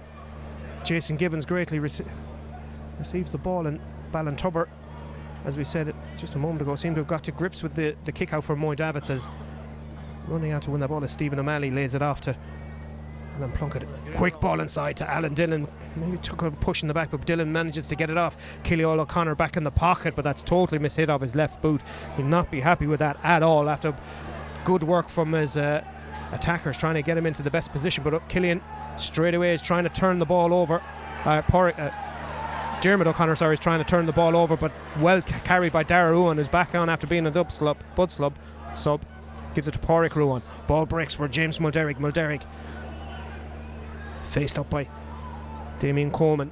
They switch the angle of the attack back centre forward to Anthony Jordan. Jordan gives the ball outside. Great pass, but it's going to drop just over the bars. Well struck by Sean Kelly, but extends the Moy Davitts lead again to 7 points all. Yeah, it's a good score for Moy Davitts. Keep them in the game there. Sean Kelly got a good score. He's just back. He's back after 2 weeks in Dubai. He's gone on for 2 years, but the lads brought him home for this game, so his experience could tell here. Jason Gibbons claims that ball well, takes the mark, delivers it quickly, hits an early ball to Alan Dillon. Those who almost have a telepathic link up after their years of coming up through the ranks in Ballintubber. As Damien Coleman gets inside the 45, little pop pass and held up well there by Stephen O'Malley. Gives it back to Cillian O'Connor, who this time drops one short with his right boot. So the last two shots from Cillian haven't caused any real major problems, as Noel Regan greatly receives the ball, as Moy Davitts are happy to come out again, and as Conal Quinn, who's had a very tidy game inside there. Moy Davitts are very patient. They're very happy to keep possession of the ball and try and get the attack moving, inject some pace, as Dara Ruan this time is being chased down by Cillian O'Connor. He has playing the advantage. There was a foul on him, but gets the ball in, and then there's the early hit ball in towards Brian Reap. Spins his man well. Brian Murphy doesn't know whether to go left or right as two players come together. There's a bit of a pullback there, but Liam Byrne, that's his second point. Well taken by Liam Byrne. Good patient build up, and then the early ball transferred inside. Brian Reap drawing the attention of the defenders, and a great score. Yeah, when we move the ball, we look fast, we look very dangerous, but we can't be overcomplicating it either. But the early ball to Brian Reap is definitely working, and they're seen to be sending 2 men after now, so it should leave extra space for our forwards. Moy Davitts 1 point ahead. We have 20 minutes gone in the first half at Elverys MacHale Park in the Connacht Gold Senior Football Championship quarter-finals. It's going to be a sideline ball for Ballintubber. Dermot O'Connor takes it early, pops it out in front of Rory O'Connor. Didn't give his brother much of a heads up he was going to do with it, but Rory tried to hit an early ball inside towards Pádraig, but the attack breaks down. Stephen O'Malley can't turn over the ball, and again Conal Quinn is mopping up everything back there at the moment. Good ball into Pádraig Ruan, switches the play to the free man out on the far side, and again on the attack is Noel Regan. Looking for movement ahead of him is JP Boyle. Makes a little run towards the corner, but this again, they kind of give a little signal of what they're intending, and it was a high ball this time that went in. It wasn't a ball that any forward, and Liam Byrne is kind of voicing his displeasure. His gesture is kind of said it all there. Yeah, it wouldn't be one of Liam's strong points there, the high field, and I think it was a miss pass now from Alan Burke there. I think he was looking for the crossfield ball to Brian Reap, but it just didn't work out. Ballintubber working the ball into midfield. Good ball ahead to Gary Loftus. Loftus takes a solo, looking for options ahead of him, gives a little ball to Alan Dillon. Dillon looking for the cross that field diagonal ball in towards Cillian O'Connor. Cillian can't get it first time, but it's broken for Alan Plunkett. Alan Plunkett's inside, and it's a goal for Ballintubber. Cillian O'Connor couldn't take the crossfield pass from Alan Dillon. Sniffing around there was Alan Plunkett, as he's done down through the years. Great finish, low to the right hand side. We can just see it there on the replay. Well taken. Excellent. He's been excellent the last couple of games. Pudsey, we call him. Pudsey by name, Pudsey by nature at this stage. Well taken goal. Well.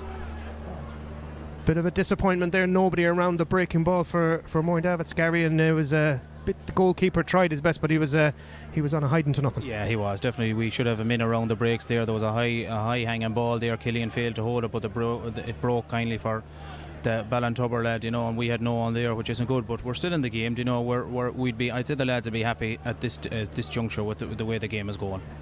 1-7 Ballintubber, 8 points Moy Davitts. It's coming up to 22 and a half minutes gone in the first half here, as there's another Moy Davitts man down. There's a ferocious intensity to the game. There's no quarter given and nothing asked, and it's notable. It's going to be an interesting tactic that have changed, and now they're going long, trying to get something going from their kickouts. They just haven't got anything going, Moy Davitts, as Diarmuid O'Connor mops up the break from Alan Dillon, pops it to his brother Cillian. Cillian looking for options forward. There isn't any. He goes back to Diarmuid, and again it's both sides patient in their build-up. Little ball round the corner from Michael Plunkett into the hands of Pádraig O'Connor. He's looking to come inside and switch the ball to Stephen O'Connor. Sells the dummy. Continuing his run there was Jason Gibbons, and if Jason Gibbons has just got his hat-trick, a well-worked score from Jason Gibbons on this form is unstoppable. Yeah, tonight it has to say an exceptional night for him. A couple of years ago that was a regular thing with him, but the last couple of games he's afraid to shoot. Even with the Mayo, Mayo was afraid to shoot, but tonight it's good to see he turned that around. 3 good scores from Jason Gibbons gives Ballintubber a 1-8 to 8 points lead. 23 minutes gone. Another long kick out lost by Moy Davitts there. Stephen Carolan might have a stat for us on the Moy Davitts kick out. It's just simply not working, short or long. No, they're having no joy whatsoever there on the breaks. Jason Gibbons and Diarmuid O'Connor just either winning a clean or they're winning all the breaks there, so they need to drastically overhaul their kick out strategy for the second half. It's noticeable as well that both sides are patient in the build-up on their own 45, and then they'll break at speed and look to deliver early ball inside to their full forward line. Yeah, it's been one of the features of this game. There's been an awful lot of very good, high-quality kick passing. You see another example of it here all the way over to Diarmuid. Whoa, nearly. Commentator's curse as ball is broken well kindly for Moy Davitts, and they're breaking here in numbers. Mark Regan gets forward, gives a pass outside to James Mulderrick. Mulderrick sells the dummy to Diarmuid O'Connor. Continue to try to find Mark Regan, who continued his run, and it was blocked there by Jason Gibbons, who's had a stormer of a first half for Ballintubber. He's managed to get the ball back to his goalkeeper, as Diarmuid O'Connor won't be thankful of Brendan Walsh being tucked up in a corner, but they managed to work the ball out to Damien Coleman. Gives a pass, gives it to Alan Plunkett, the goal scorer. It's his goal that's separating these two sides at the moment, as Diarmuid O'Connor comes up the sideline. He takes a hit as he passed the ball into his brother Cillian. Cillian wins the ball this time out in front. He's looking for an option inside. Tries to hit his brother, hit Stephen O'Malley rather, and he hasn't been managed to do it. But again, there is Conal Quinn, who's at the moment he's been keeping Stephen O'Malley scoreless, as the other opposite number, Brian Reap, finds himself back in his own half back line trying to give a bit of support. There's a free man this side if Moy Davitts can switch the play, but it's an early ball in towards JP gallops out to the far side. Ball being kept well, as we said, by both sides, and trying to get some sort of momentum going. As we said, it's a fairly even contest so far, with only the goal separating the side, and that's a poor pass, and Ballintubber turn over the ball again and coming short, looking for a ball. Well carried forward, breaking through there is Brian Murphy. He has support left and right. He has Diarmuid O'Connor, goes to Alan Dillon. Diarmuid O'Connor coming around to help, but he was held back there by Sean Mulroy. It's going to be a free. They're going to put it down for Cillian O'Connor, who was over in the right corner forward position, and Gary Woon. They can't be afforded to. It's happy enough to be given the frees long distance, but Ballintubber take this one quickly. Quick ball inside to Pádraig O'Connor, recycle the ball out to that's a great finish by Pádraig O'Connor. But as we alluded just a moment to, the free count will add up if they kick a free place kicker of the quality of Cillian O'Connor. Oh, definitely. I suppose that would be in the Moy Davitts plans, not to be giving away frees inside I suppose 35 yards out, because of, you said, with Cillian around, he'll hit them all day, so that could be leave it open for some of the Ballintubber lads to get easy shots, which cannot happen either. Jackie Heenan won 9-8. We're coming up to the 27th minute. Ballintubber have got back into a bit of a rhythm here. Yeah, the last few minutes we seem to get a bit of a stronghold around midfield, and we're getting good quality ball in. Every team will get their few minutes, and Davitts will get their few minutes again in a few moments. And when they do, I reckon that they will make hay again. But at the moment, we're in a good place. Moy Davitts on the attack again, trying to play a ball in there was Alan Burke, trying towards get to Brian Reid, but marking him there was Damien Coleman, and Ballintubber break, and Coleman continued his run forward. Nobody's tracking him. If they can switch the play, there's a man free, but they again, patient build up from Ballintubber, gives the ball to Cillian O'Connor, who finds himself in midfield, releases the cornerback Brian Murphy, gets into the opposition 45. Murphy pop pass to Alan Plunkett. Alan Plunkett's going to have a go from about 40 metres out, and he's put that over the bar for a great score. That's a goal and a point for Plunkett, but again, Gary, no pressure on the kicker. No, that's it. There was too many lads standing off, not tackling. That's we seem to have fallen into that situation now in the last few minutes, that fellas have been left idle and let get easy shots. Another chance here for Alan Dillon now. Alan Dillon is broken inside. If he can hit it on the turn, and that's a goal for Ballintubber. The ball broke kindly for Alan Dillon as the assistant referee puts up the board for 2 minutes additional time.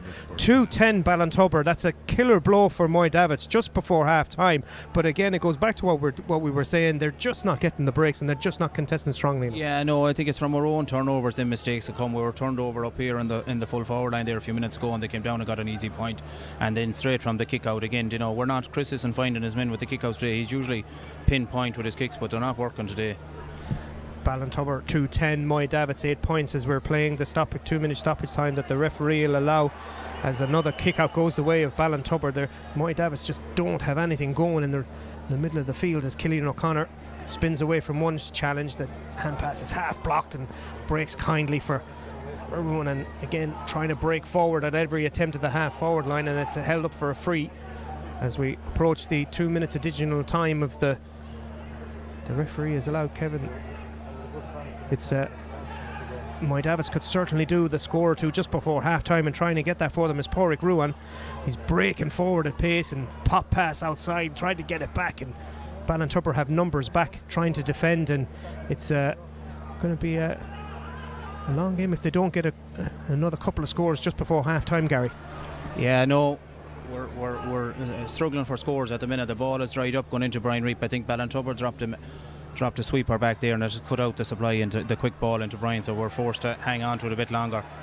Dermot O'Connor gets away from Dara Ruan. Dara Ruan driving for, trying to chase him back as Alan Dillon takes a pop pass from Dermot O'Connor. Dermot O'Connor has free back in the pocket. He sells the dummy. Looked like he was going to take a score. Continuing his run with Stephen O'Malley. Stephen O'Malley trying to get in the inside of Sean Mulroy, but manages to break the ball. And that attack has been broken up, and Conal Quinn comes away with it. 2-10, 8 points. Moy Davitts, you feel, needed a goal before, a couple of points just before half-time, just to give them a little bit of confidence coming out for the second half. It's a big ask to take on a strong team like Ballintubber, coming down from 8 points behind, Gary. Yeah, definitely. Like we're a young team that's coming up through the grades, so this is a learning curve for these lads here. If we can hold Ballintubber to a couple of points going in at half time, we would have been happy, I'd say, but giving away the easy ball when we have it is not going to help our cause.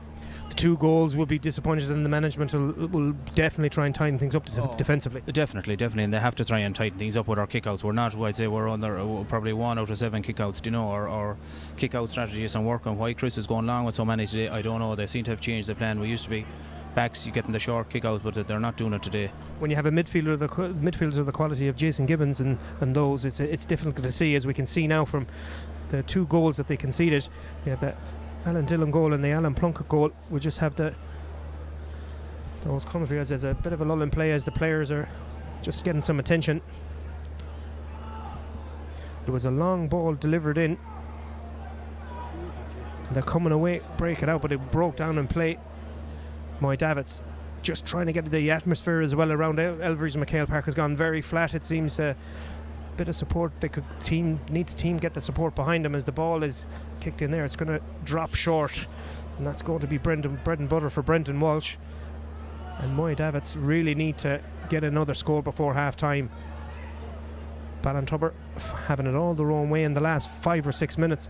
The 2 goals giving them the cushion they needed as the referee blows the whistle.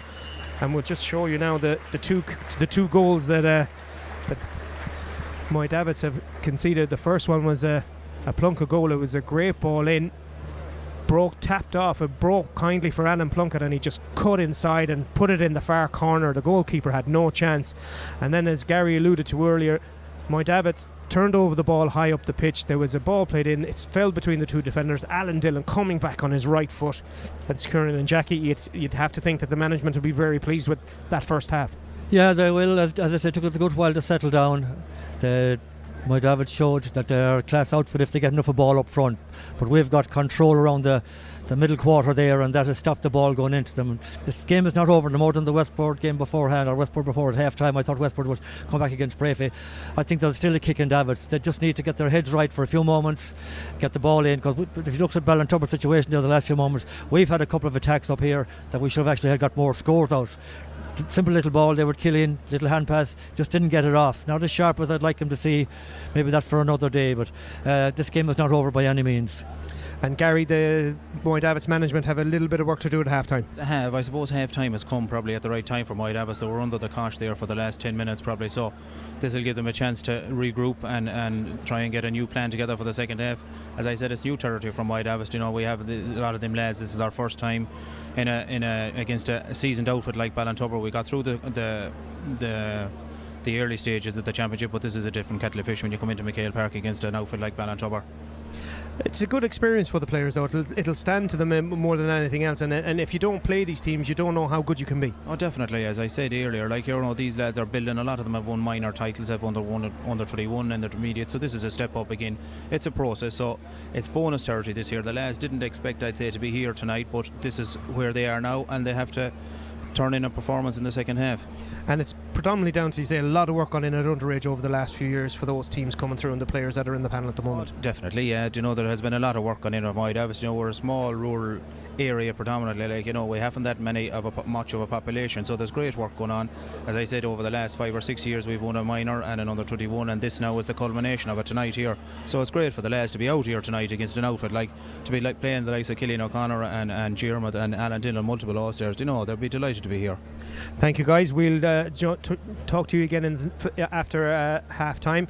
Just coming in now, we have Stephen Carolan, our analyst, and we have John Brennan from the Mayo News. John, you were down in Ballinrobe earlier at the relegation playoff between Shrule and Mayo Gaels. How did that finish up? Yeah, it was really supposed a smash and grab win by Shrule and Corb, Tom. Very much so. Mayo Gaels were point up in injury. Mayo Gaels had a chance to win the game. John Gallagher with a free 64th minute, but I suppose Shrule and Corb got over the line, maintained their intermediate status for 2018 thanks to no small part from Owen Ronaldson man of match display. Excellent stuff, John. John, if you're joining us late, welcome to MacHale Park, Elverys MacHale Park, for the second of our quarter-finals between Bohola Moy Davitts and Ballintubber. John, give us your thoughts. What have you seen out there today? What do you think? I suppose the first 10-12 minutes of the first half, Moy Davitts were very much in the game. Ballintubber, obviously inside Cillian O'Connor, picked up by Darragh Owen, did a fairly good job on him in the opening 10 minutes, but just there in the last 7 or 8 minutes of the first half, you could see the dominance of the Ballintubber inside forwards, the likes of Alan Plunkett, Cillian, Diarmuid is starting to come into the game. But I think the key player for Ballintubber at the minute is further afield, Jason Gibbons, win a lot of primary possession. He's kind of driving them from midfield, and also Brian Murphy at centre back is doing a great job, whereas you have Moy Davitts obviously coming up from the intermediate ranks last year. This is new territory for them. Brian Reap did a lot of their scoring inside. Anthony Jordan played quite well. Sean Kelly as well. So they're very much in the game up until maybe the 22nd minute, but just that little bit of cuteness from Ballintubber has really put some daylight between the sides. They've deployed a sweeper there in defence, Ballintubber, and it seems to be paying dividends. They've closed down, as you rightly pointed out there, in the earlier exchanges there in the first half. Moy Davitts were, I'd say they would have been very happy with the way they were going. There were a few points up there, and but Ballintubber grew into it. They've deployed a sweeper there now, and they've really shut them down. But you referred to Jason Gibbons there, 3 points from midfield. He's having a storm position. Really, what can Moy Davitts do on their kick out? They've got to do something. Yeah, like you're looking at Christopher McGlynn, very experienced operator. Like they should be going short. I know and sometimes he was trying to that there, but Ballintubber employed a tight squeeze as well. The likes of Killian inside and Dylan really pushed up on him, and then when he was forced to go along, then you have the likes of as I mentioned there, Jason Gibbons and Jim O'Connor, real ball winners around the middle of the field. And as you mentioned there, once they got on the ball, it really put the attack in motion, and the defensively, the likes of Rory O'Connor coming through, Damien Coleman, these hard runners off the ball, incessant pressure on the already struggling Moy Davitts defence. And the short kick out strategy, they're taking a lot of, as you rightly pointed out, they're a young team, they've come up from intermediate. If you do deploy that short kick out strategy, you're going to take a lot of hits on the way out. That's wearing the Moy Davitts players down. Yeah, most definitely. But I think for Moy Davitts in the opening 20 minutes, they would have been very, very pleased with the position that they would have found themselves in. An inexperienced team at this level, so they were obviously coming up against Ballintubber side that have an array of inter-county players. So for the kickouts, Jason Gibbons so dominant in midfield, it was very hard for them to come up with a game plan midway through the first half, when they were being cleaned out of midfield in many ways. And I thought, whilst Brian Reap had a very good opening 15 minutes, you mentioned there the Ballintubber defensively minded sweeper, the last 10 minutes they really got on top of the Moy Davitts forwards. Yeah, and Pádraig Ruan there at midfield is somebody who's caught the eye, especially in that first 15-20 minutes but they haven't been able to find him with the kick out. The kick out it's not targeted enough really. It seems to be landing in the middle, and the boys are making hay in there, as you rightly pointed out. But looking forward to tomorrow. You're a proud Claremorris man, John. How do you see that going there tomorrow? What's the view from the Claremorris camp? I suppose, in looking at it from the outside, or people looking in actually, we were raging underdogs coming into this game, and you have to really put your hats off to Castlebar Mitchells. You've done it before last year, one of the upsets of the season. We pulled off a shock here this time last year against Breaffy, so we suppose we have proven that we aren't I suppose a one trick pony, if you like, but I think tomorrow's game is a totally different animal compared to what we faced last year.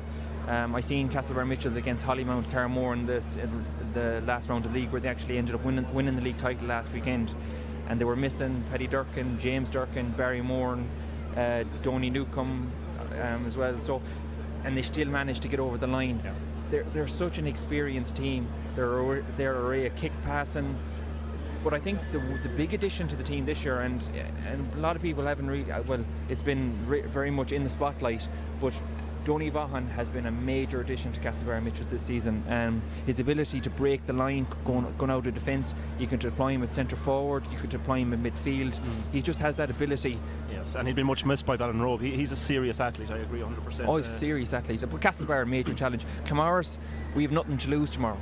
Like it's a kind of a game where we can maybe throw off the shackles, because you play Castlebar Mitchells and you play a defensive-minded game, you're already beaten. You're admitting that you're defeated already. So if you're to play Castlebar Mitchells and give them a game, you have to run at them. You have to attack them from deep, get your runners on the ball, because if you maybe sit back and soak up the pressure, or play 3 or 4 sweepers and trying to contain them, it's very, very hard, because they'll have the majority of the possession, and then you have the likes of your James Durkins, your Paddy Durkins, Jeremy McDonough's, these lads coming right off the shoulder. I think I've seen a stat there during the week that every one of the starting 15 tomorrow has been involved with Mayo at either senior level or underage all the way up. There's some machine at the moment, but nevertheless, Claremorris will take to the field and do battle. Yeah, like championship football can be very funny, because you could see a situation there tomorrow where Claremorris is very much in the game at half time, 3 or 4 points down,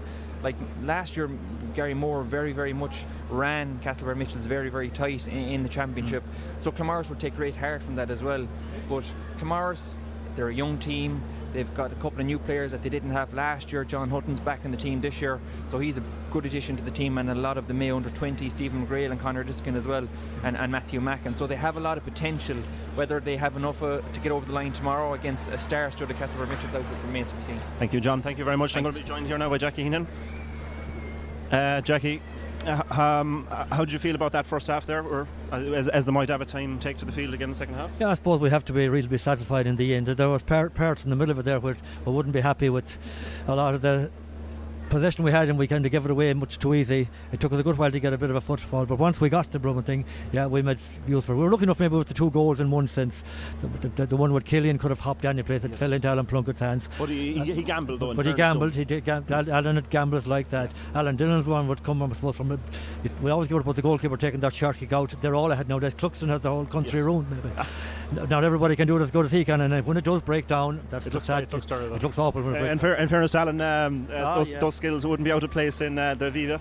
Well, Alan in his younger days, he played with Galway United. Himself and the brother Gary has been a long time going to Galway United, so soccer skills he has. It served him well there in the first abundant, a bit like yourself, Stephen, multi-talented. I'll hand you back now to Tom Kearney. Stephen, thank you. Both teams have made their way back out to the pitch. There's one change on the Moy Davitts team. Looks like JP Boyle is off, and we're just getting confirmation who's come on. Conor Byrne, wearing number 18. Moy Davitts team, number 18, Conor Byrne. Places number 14, JP Boyle.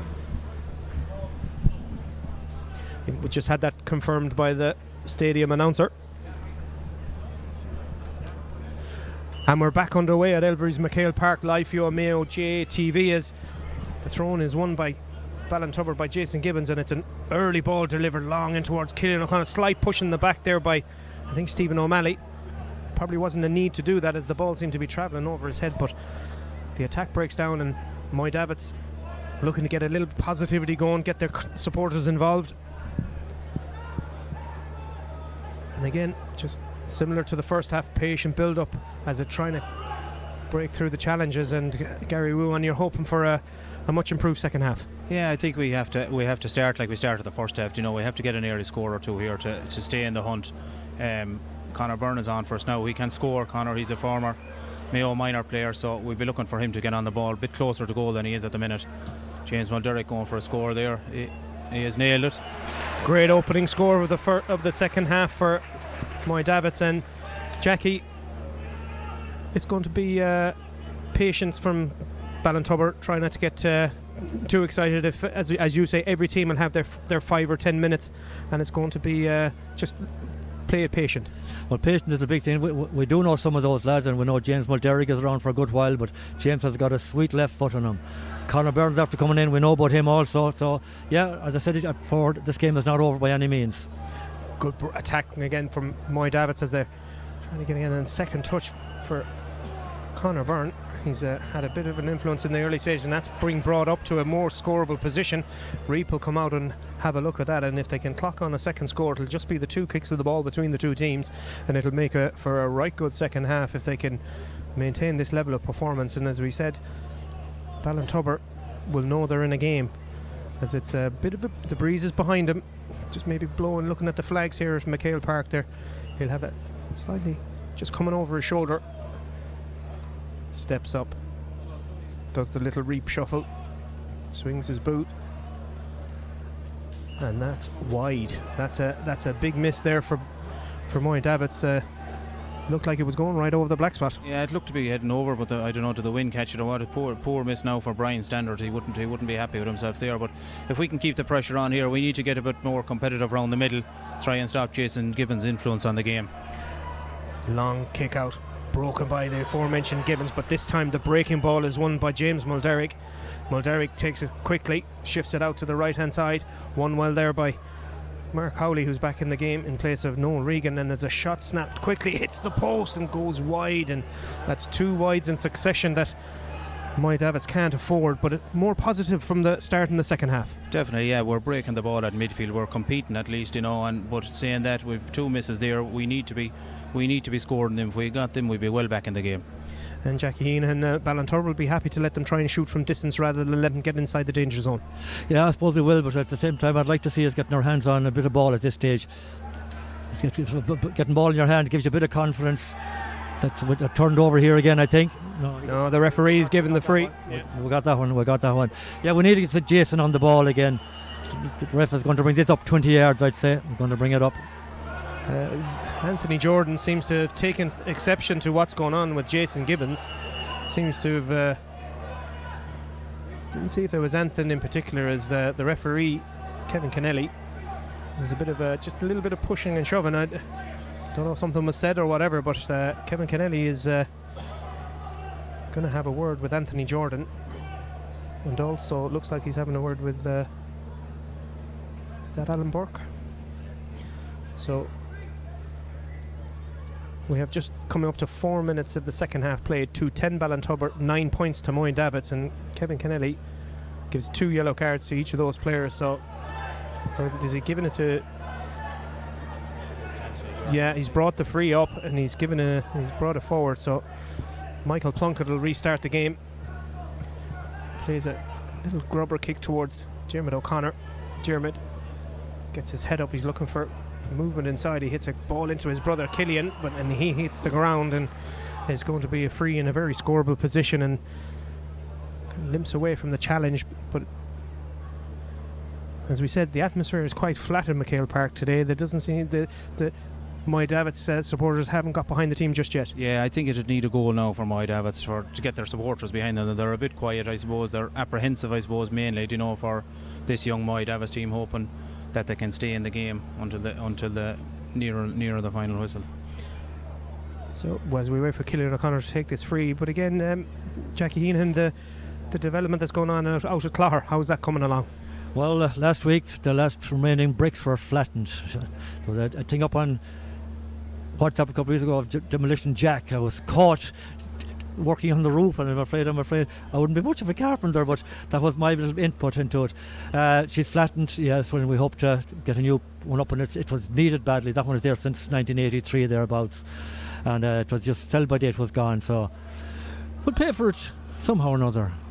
You're loaded out there as Killian O'Connor puts that over the bar. 2-11 to 9 points is the score, but it was always a bit cramped, those dressing rooms out in Clogher. There was a lot of blood lost over the years with Jimmy Roach and Paddy Roach and a couple of those fellas from Moy Davitts, but we live to tell the tale, that's the main thing.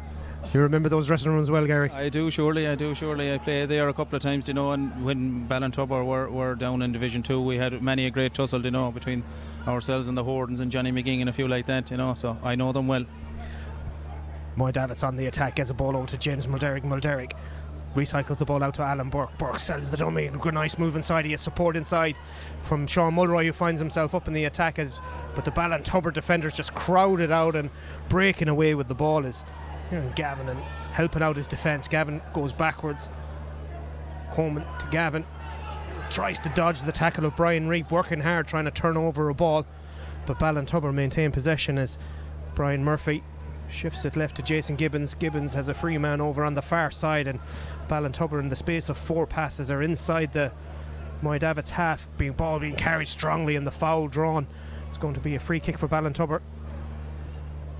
Just in front of the media tower, delivered quickly by Dermot O'Connor. Ball gets into the hands of his brother Pádraig. Pádraig comes inside, pops off to Alan Plunkett, one of the goal scorers for Ballintubber, trying to draw the space for Killian O'Connor. Great run from Killian. There's a player inside who would have continued his run. There's a goal chance here, trying to hold him up, but it gets the shot off. Well saved. I think it was Rory O'Connor who'd broke through from half, but it's actually gone over the sideline and wide, and Rory O'Connor, who'd continued his run from wing back, got round the back. He was left all on his own, but covered well there by, I think it was Sean Kelly, got back and made the contact. Yeah, Sean Kelly had given away the initial free there, but he worked back very well and got in a great tackle there. Just in himself and Chris managed to smother it, and the ball went out wide.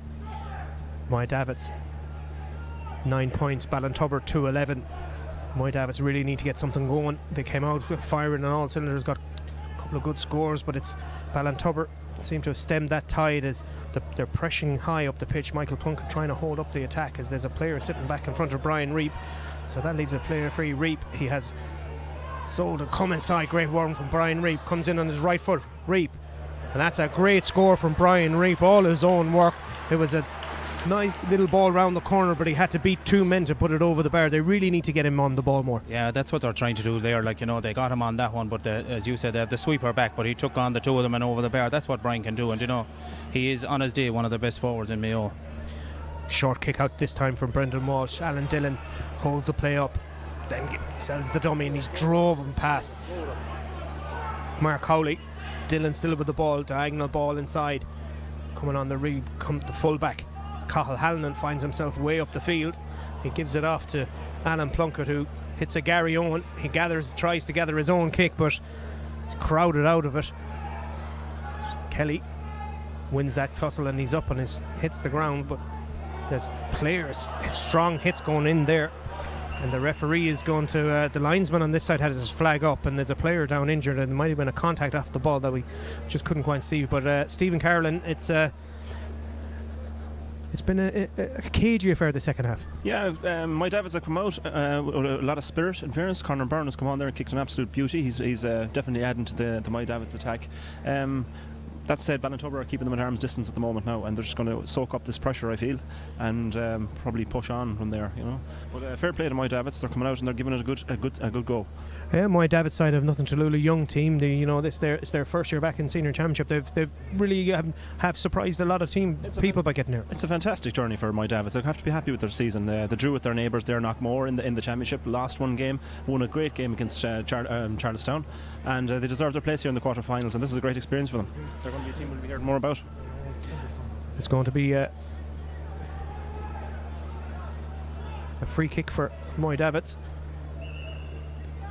The referee has gone in to speak with his umpire as well as his linesman. He's calling over to him one of the Moy Davitts defenders. I think it's Conal Quinn, who had a great tussle in the first half with Stephen O'Malley, and it's a yellow card, so we can only assume it was for an off-the-ball incident. So it's a yellow card for Conal Quinn. The referee is insisting that Sean Mulroy goes back to the position for the free. Anything you spotted there, Gary? No, I didn't see anything. Conal won the ball and gave it off, and then seemed to go for the return. The Ballintubber fella ended up on the ground. I don't know what happened. I didn't see it. I was following the ball. Moy Davitts into midfield, well won there.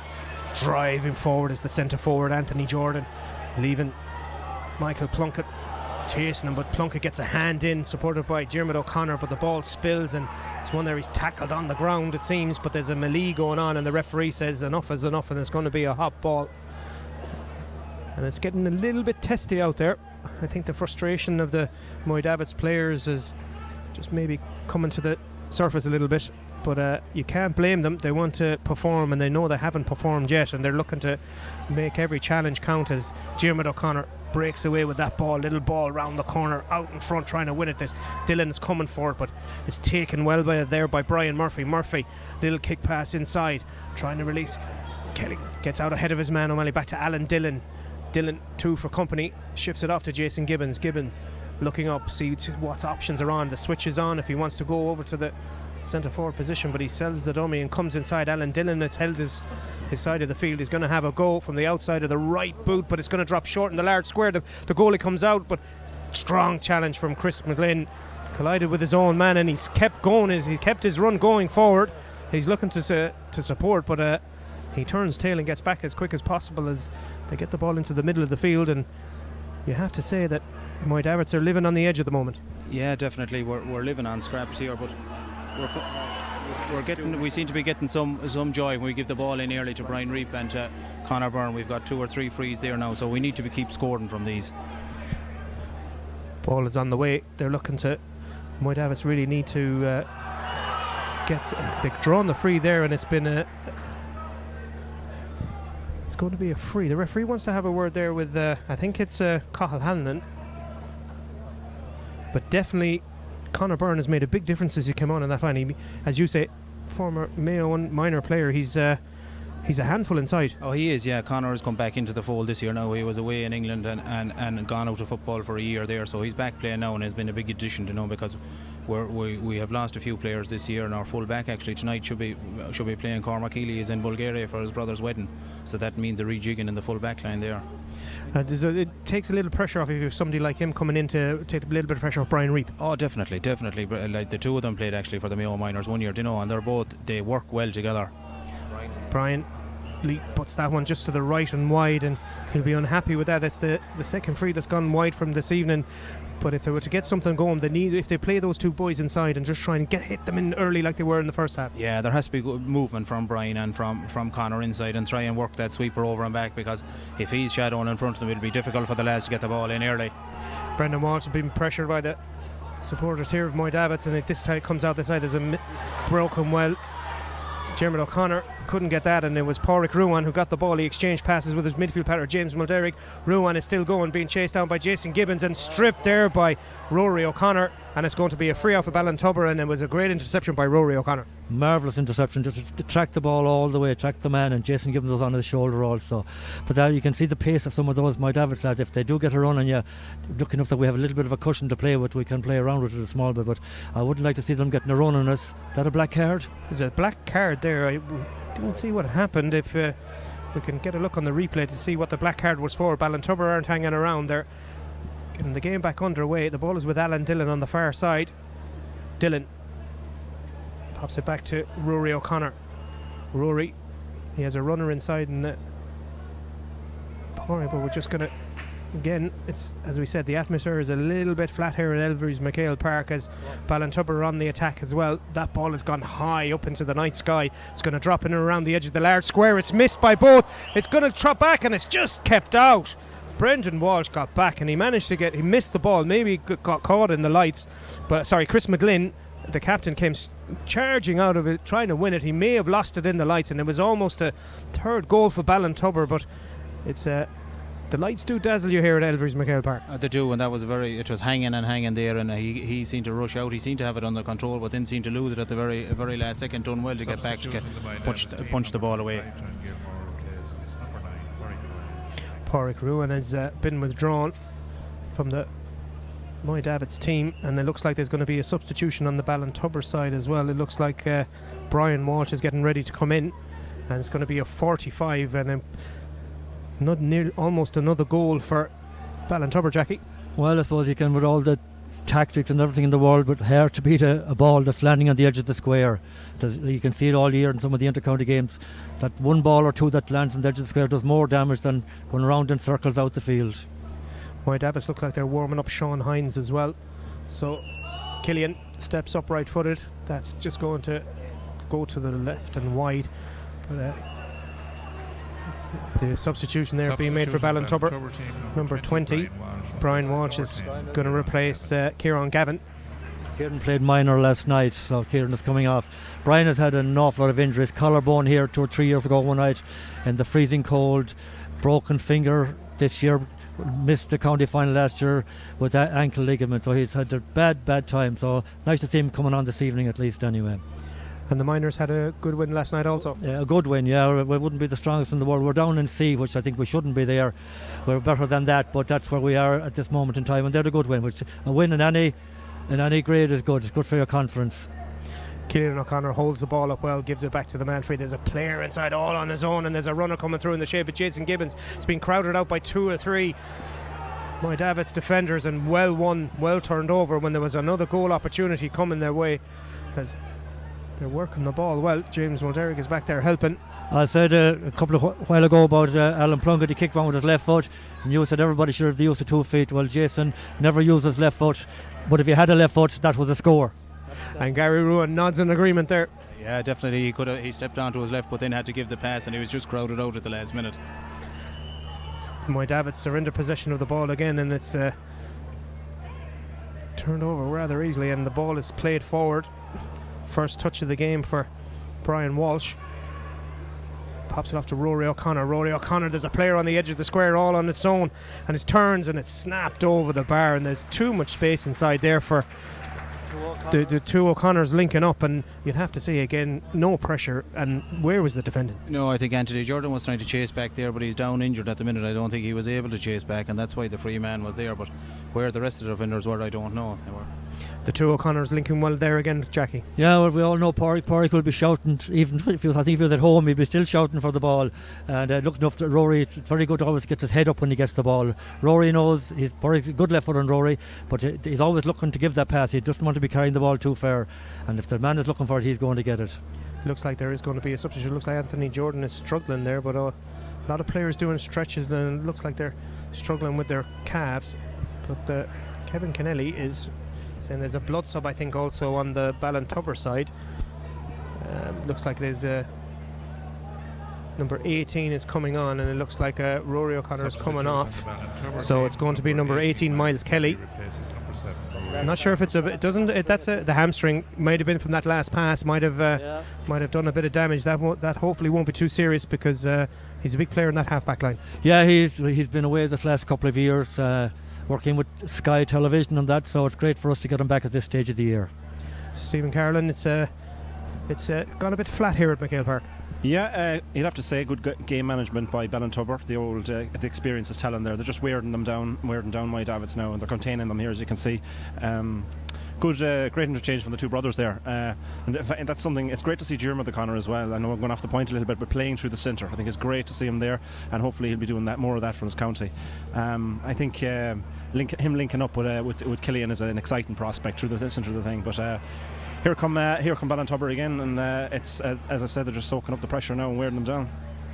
Ballintubber on the attack again, moving the ball quickly out on this side. Here is one of the O'Connor brothers, as we said. Pádraig gives it inside to Jason Gibbons. Good pass inside. There's space again ahead. Players queuing up to have a go. O'Malley spins on a dime and pops that over the bar. Great work, turned over in the Moy Davitts half-back line. It's been a feature of the game, unfortunately, Gary, that they just can't seem to get that ball worked in the second half. Yeah, we seem to be the last pass there again. We worked the ball up the far sideline very good there, and then the last hand pass, we seem to be overcomplicating it at times, do you know?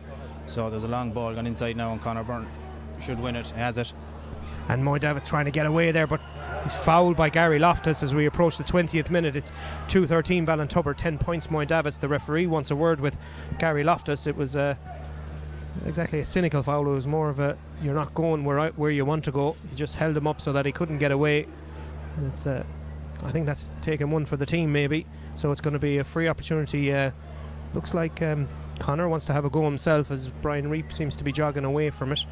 So he's going to pass over the free kicking duties to Conor.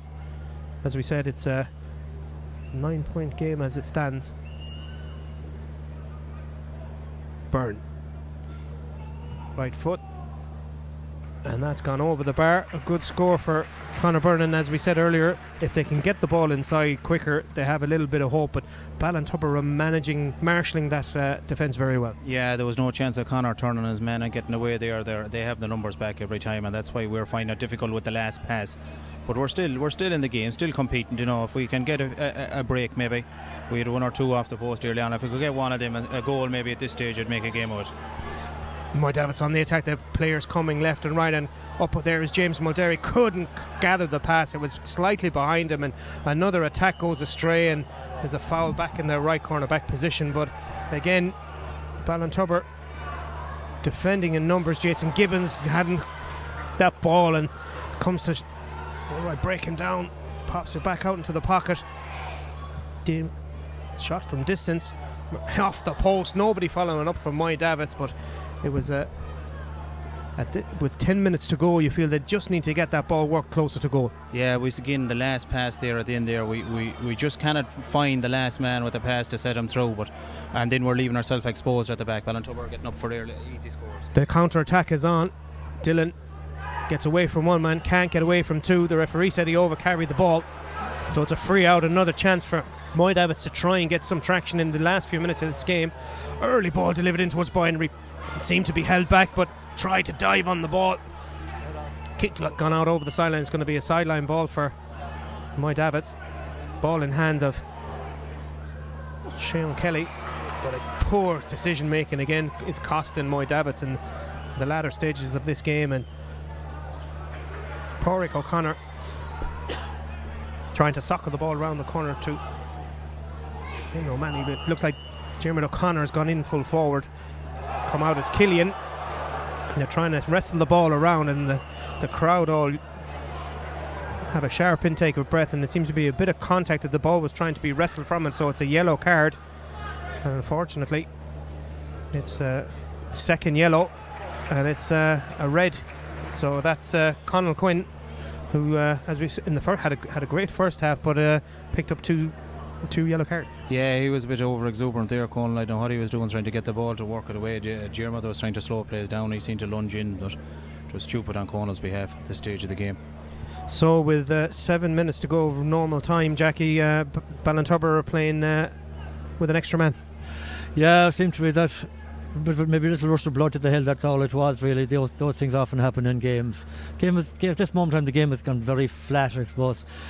It's hard to know, but Moy Davitts, a goal, as Kerry said a while ago, a goal will put a bit of life into it. From a Ballintubber point of view, we don't want that, but I'd say from a neutral perspective here, they'd like to see a better contest at this stage. It's just gone flat from both sides. A lot of elementary mistakes happening. So game will resume with a hot ball. Jason Gibbons. It was going to be a free in. Seemed to be a bit of a contact that the referee wasn't having. There's going to be another substitution on the Moy Davitts side. Coming off is Alan Bork, and coming into the game is number 20, Paul Langan. Killian O'Connell has the ball in hand. It's quite a difficult angle for a right kicker, Jackie, and trying to kick that ball from that. He's going to be coming around himself a bit. Well, 10 years ago when he was only a gosser, I put my shirt on him. This last while, he's not as clinical as he used to be, so this will be a tester. Maybe prove me wrong, maybe. Killian O'Connor swings that around, and that's gone over the black spot, so he's proved Jackie wrong. And if you can prove Jackie Heenahan wrong on any day, I think you've done a good job. As I said, 10 years ago when he was only a little gosser, he was immaculate, but I'm afraid he's back. He is back. We have it officially word there. Killian O'Connor is back, as Moy Davitts and the captain Chris McGlynn are trying to get something going, trying to get a bit of a momentum, but that's a hard hand pass. There's 3 Ballintubber players trying to get it, but they've managed to get away, and the run has continued by it's into the hands of Mark Howley. Howley held up this time by Michael Plunkett. Moy Davitts ball around the corner again, they're still trying to play football. Straight ball by Liam Byrne, comes in on his right foot, gives it to Conor Byrne, who's going to try and drop it in around the house, trying to get a goal or something going, but he takes a hit. Brendan Walsh with a two-handed fist. There's a player down. There was a bit of a collision. There's a player down at the collision. I think it's Brian Reap who's injured. He was trying to get in on the end of that high ball. I think he's landed on his shoulder, is the indication from Brian Walsh, and there's a bit of concern here for Brian Reap.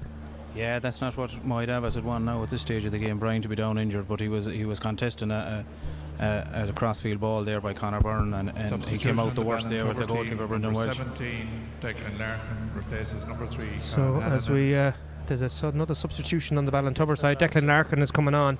Conall Hanlon, who's had a fairly solid game, didn't do too much wrong. Without being spectacular, Cahill has plagued with injuries this last 2 or 3 years.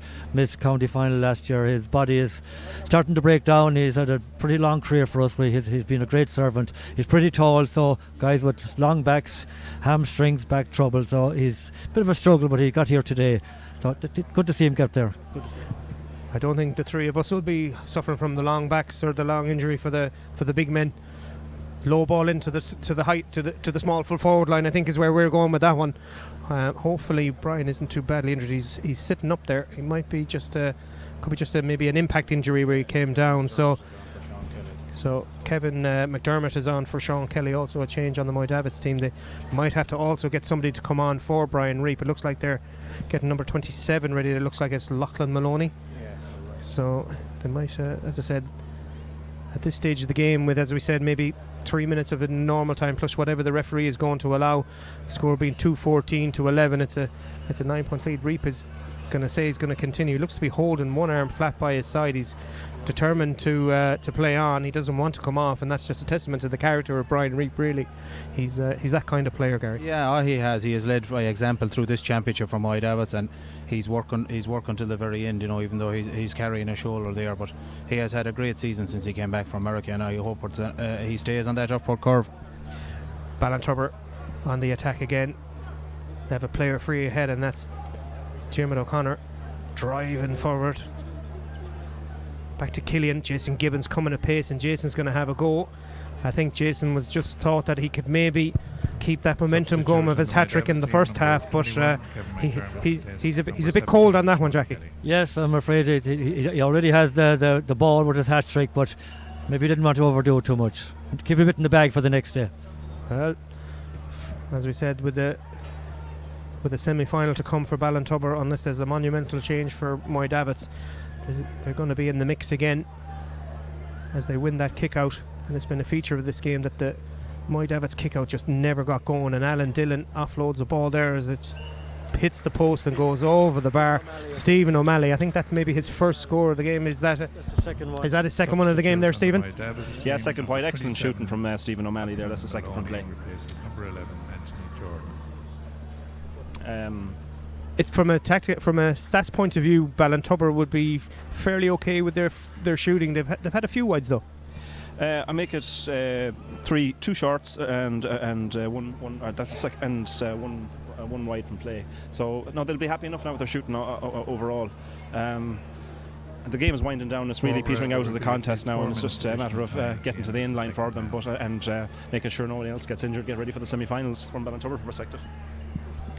So we approach the last few minutes of the game.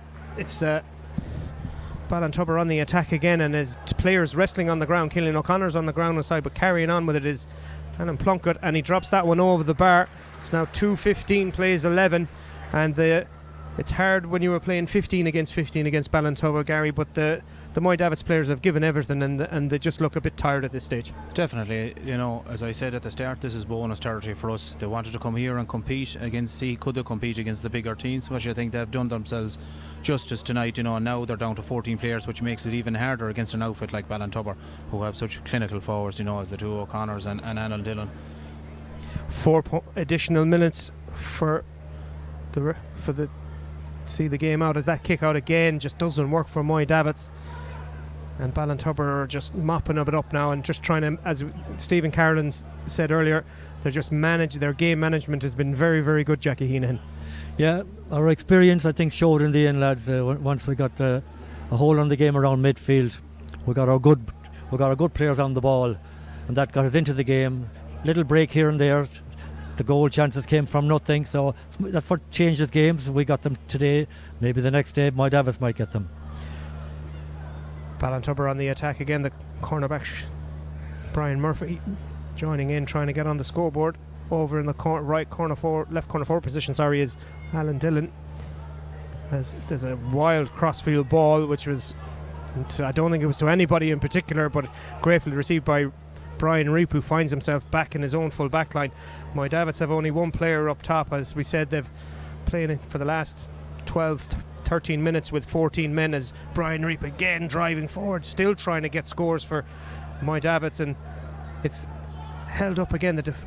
The wall of red is just there, and even in the last minute of the game, even though they're well up in this game, Ballintubber are still hunting the ball in numbers. It's just a testament to the way they play.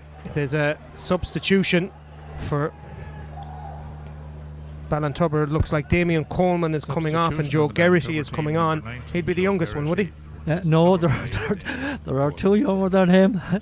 Danny and Ray are gone away. Joe's next. Hugh and Noel are on the bench down there. There's 5 of them on one stretch of the road, and next door is 4 O'Connor. That's 9 before. And you haven't gone 100 yards in as Ger Feeney said one time, the Golden Mile one time in Ballintubber. Early ball delivered inside, won well by Pádraig O'Connor. And again, the game management from Ballintubber has been excellent, and it's been a feature of this whole game from minute one. They know how to win, they know how to grind out results, and you'd have to say that Moy Davitts have put up a resolute defence of it, but they've just not been at the level that Ballintubber are, as Jason Gibble is dragged back by Brian Reap, and a big shout from Jason Gibbons. And as you said, it's a good education for these players, even irrelevant of the scoreline. As you said, it's the experience they'll gain from this. Exactly, like it's been a long time since we contested a county quarter-final, a senior one before. I think it was 2007. You know, it's a long time, so these fellas will get great experience from this. You know, next year I'd say what they'll be looking for next year is to get up in the league. You know, they're a seasoned Division 2 outfit now. They have to be looking to get out of that division and be playing teams like Ballintubber regularly. You know, Division 2, as they say, is often harder to get out of than Division 1. You know, so this is what these lads will want next year. They've consolidated their position for the championship next year, senior championship. So it's all about the league next year, I'd say. Killian O'Connor dispatches that over the bar, 2-16-11. We're into the final minute. And Jackie Heenahan, how would you sum up the Ballintubber performance today? I suppose workmanlike would be the appropriate word. We took a while to get settled, got the lucky breaks, as I said a while ago, and once we got a foothold, we seemed to have drove on. We're pretty controlled in most areas. Brian Murphy got a handle on Brian Reap eventually, kept him out of the game, but I suppose all that can stem from, if you have control around midfield, everything else takes over from that. Jason Gibbons and Dermot O'Connor have been excellent in midfield for Ballintubber, as another attack from Moy Davitts breaks down, and Ballintubber are still full of running. They're still going forward. Alan Plunkett, early ball inside, one well out in front of his man, spinning his way, recycles the ball to Pádraig O'Connor. Alan Plunkett gets the ball at the second attempt, and Ballintubber is still keeping the ball. Killian O'Connor is all on his own. This side of the field is the referee, Kevin Kennelly, blows the whistle. Ballintubber advanced to the semi-final by a scoreline of 2-16-11 points. Gary Ruan, no doubt when the players get back to Bohola Moy Davitts, Foxford, Strayed, they'll be proud of this group of players. Oh, definitely. Look, as I said, we were delighted to be here this evening. You know, we were in a tough group at the start of the year with Garrymore, Charlestown, Knockmore. No one gave us a chance to get out of that. We were slow starting against Garrymore. Could have been closer to them on the day, lost to them, but then we had a great result against Knockmore, got a draw down in Knockmore, and then we bet Charlestown. So no, these lads have been progressing. It's a building upward curve for them, so I'd say they'll be proud of themselves, and the supporters will be proud of themselves. And Jackie Heenan, another semi-final to look forward to for Ballintubber. Yeah, and I'm afraid it doesn't get any easier as you go along. We're waiting for the winners of tomorrow. The Mitchells and the Clamorris, the Mitchells are playing tomorrow. No matter what way that goes, that's another big hill to climb. But at least we're there anyway, we're in the hat. That's the main thing. As I said, we'd had a very topsy-turvy kind of a year. Struggling in the league to a certain degree. We got a win a couple of weeks ago against Hollywood Carramore that took us away from the danger zone. But that's where we were, and that's that we were playing. We were playing bad at the time, and that's where we ended up. Awful easy to get dragged down to the bottom, and then it's hard to get out of it. But against Kiltane, against Breaffy first of all in the championship, we got a draw that day, and then Kiltane the next day, and that gives a bit of confidence. And as Gary will tell you, it's all about confidence no matter what you're at in any walk of life. A bit of confidence in what you're at, you can push on. So yeah, here we are this evening, and we look forward to the next one. So it finishes here. Ballintubber 2-16, Moy Davitts 11 points. And I believe we can go over to Stephen Carolan, who has Killian O'Connor with him. But he weathered the storm. Yeah, I don't think the final scoreline did them justice. Coming in 10 minutes left in the first half, they were point up, and we knew it was going to be a tough game. And I think just once we got the first goal, lucky second goal, that kind of swung it, and thankfully we built on it. Yeah, some nice silky soccer skills there from Alan Dillon for the second one. Yeah, I think he got lucky now. Go United days, well, it's good too. I think he should have pulled on it now. He got a bit lucky, but Dermot, you're playing a lot of your football now through the middle of the field. How's that been for you? Yeah, listen, I just wherever I'm picked, I'll just try and do my best in that position. I have no preference myself, but I've been playing midfield alongside Gibbo the last few games, and I'm enjoying it there. Yeah. Gibbo's a brilliant footballer, so he makes my job a lot easier. Yeah, I think the spectators are enjoying seeing it there, especially those who follow the county scene. Yeah, well, as I said, wherever I'm chosen to play, I'll just do my best in that position. I have no preference, and I'm enjoying it out there the last few days. How has training been for Ballintubber this year? Club training, how's the preparation been? Good, yeah. Obviously, I was away myself for the majority of the summer, but the last they pushed each other hard, and they have for the last few years. And now the games are coming thick and fast, so we just have to taper our condition and just mind the bodies and just take one game at a time. Dermot, you're through to another semi-final. Congratulations. Thank you very much. Thank you. Thanks. That's it for us from Elverys MacHale Park. Thank you for all those who joined us online. Don't forget to tune in tomorrow at 1 o'clock, where we will be starting the day off with Castlebar Mitchells versus Claremorris, followed by Gary Moore versus Ballahadreen. Okay, to all the crew and all the crew and everyone who did interviews today, and all our analysts, thank you very much, and good night from MacHale Park.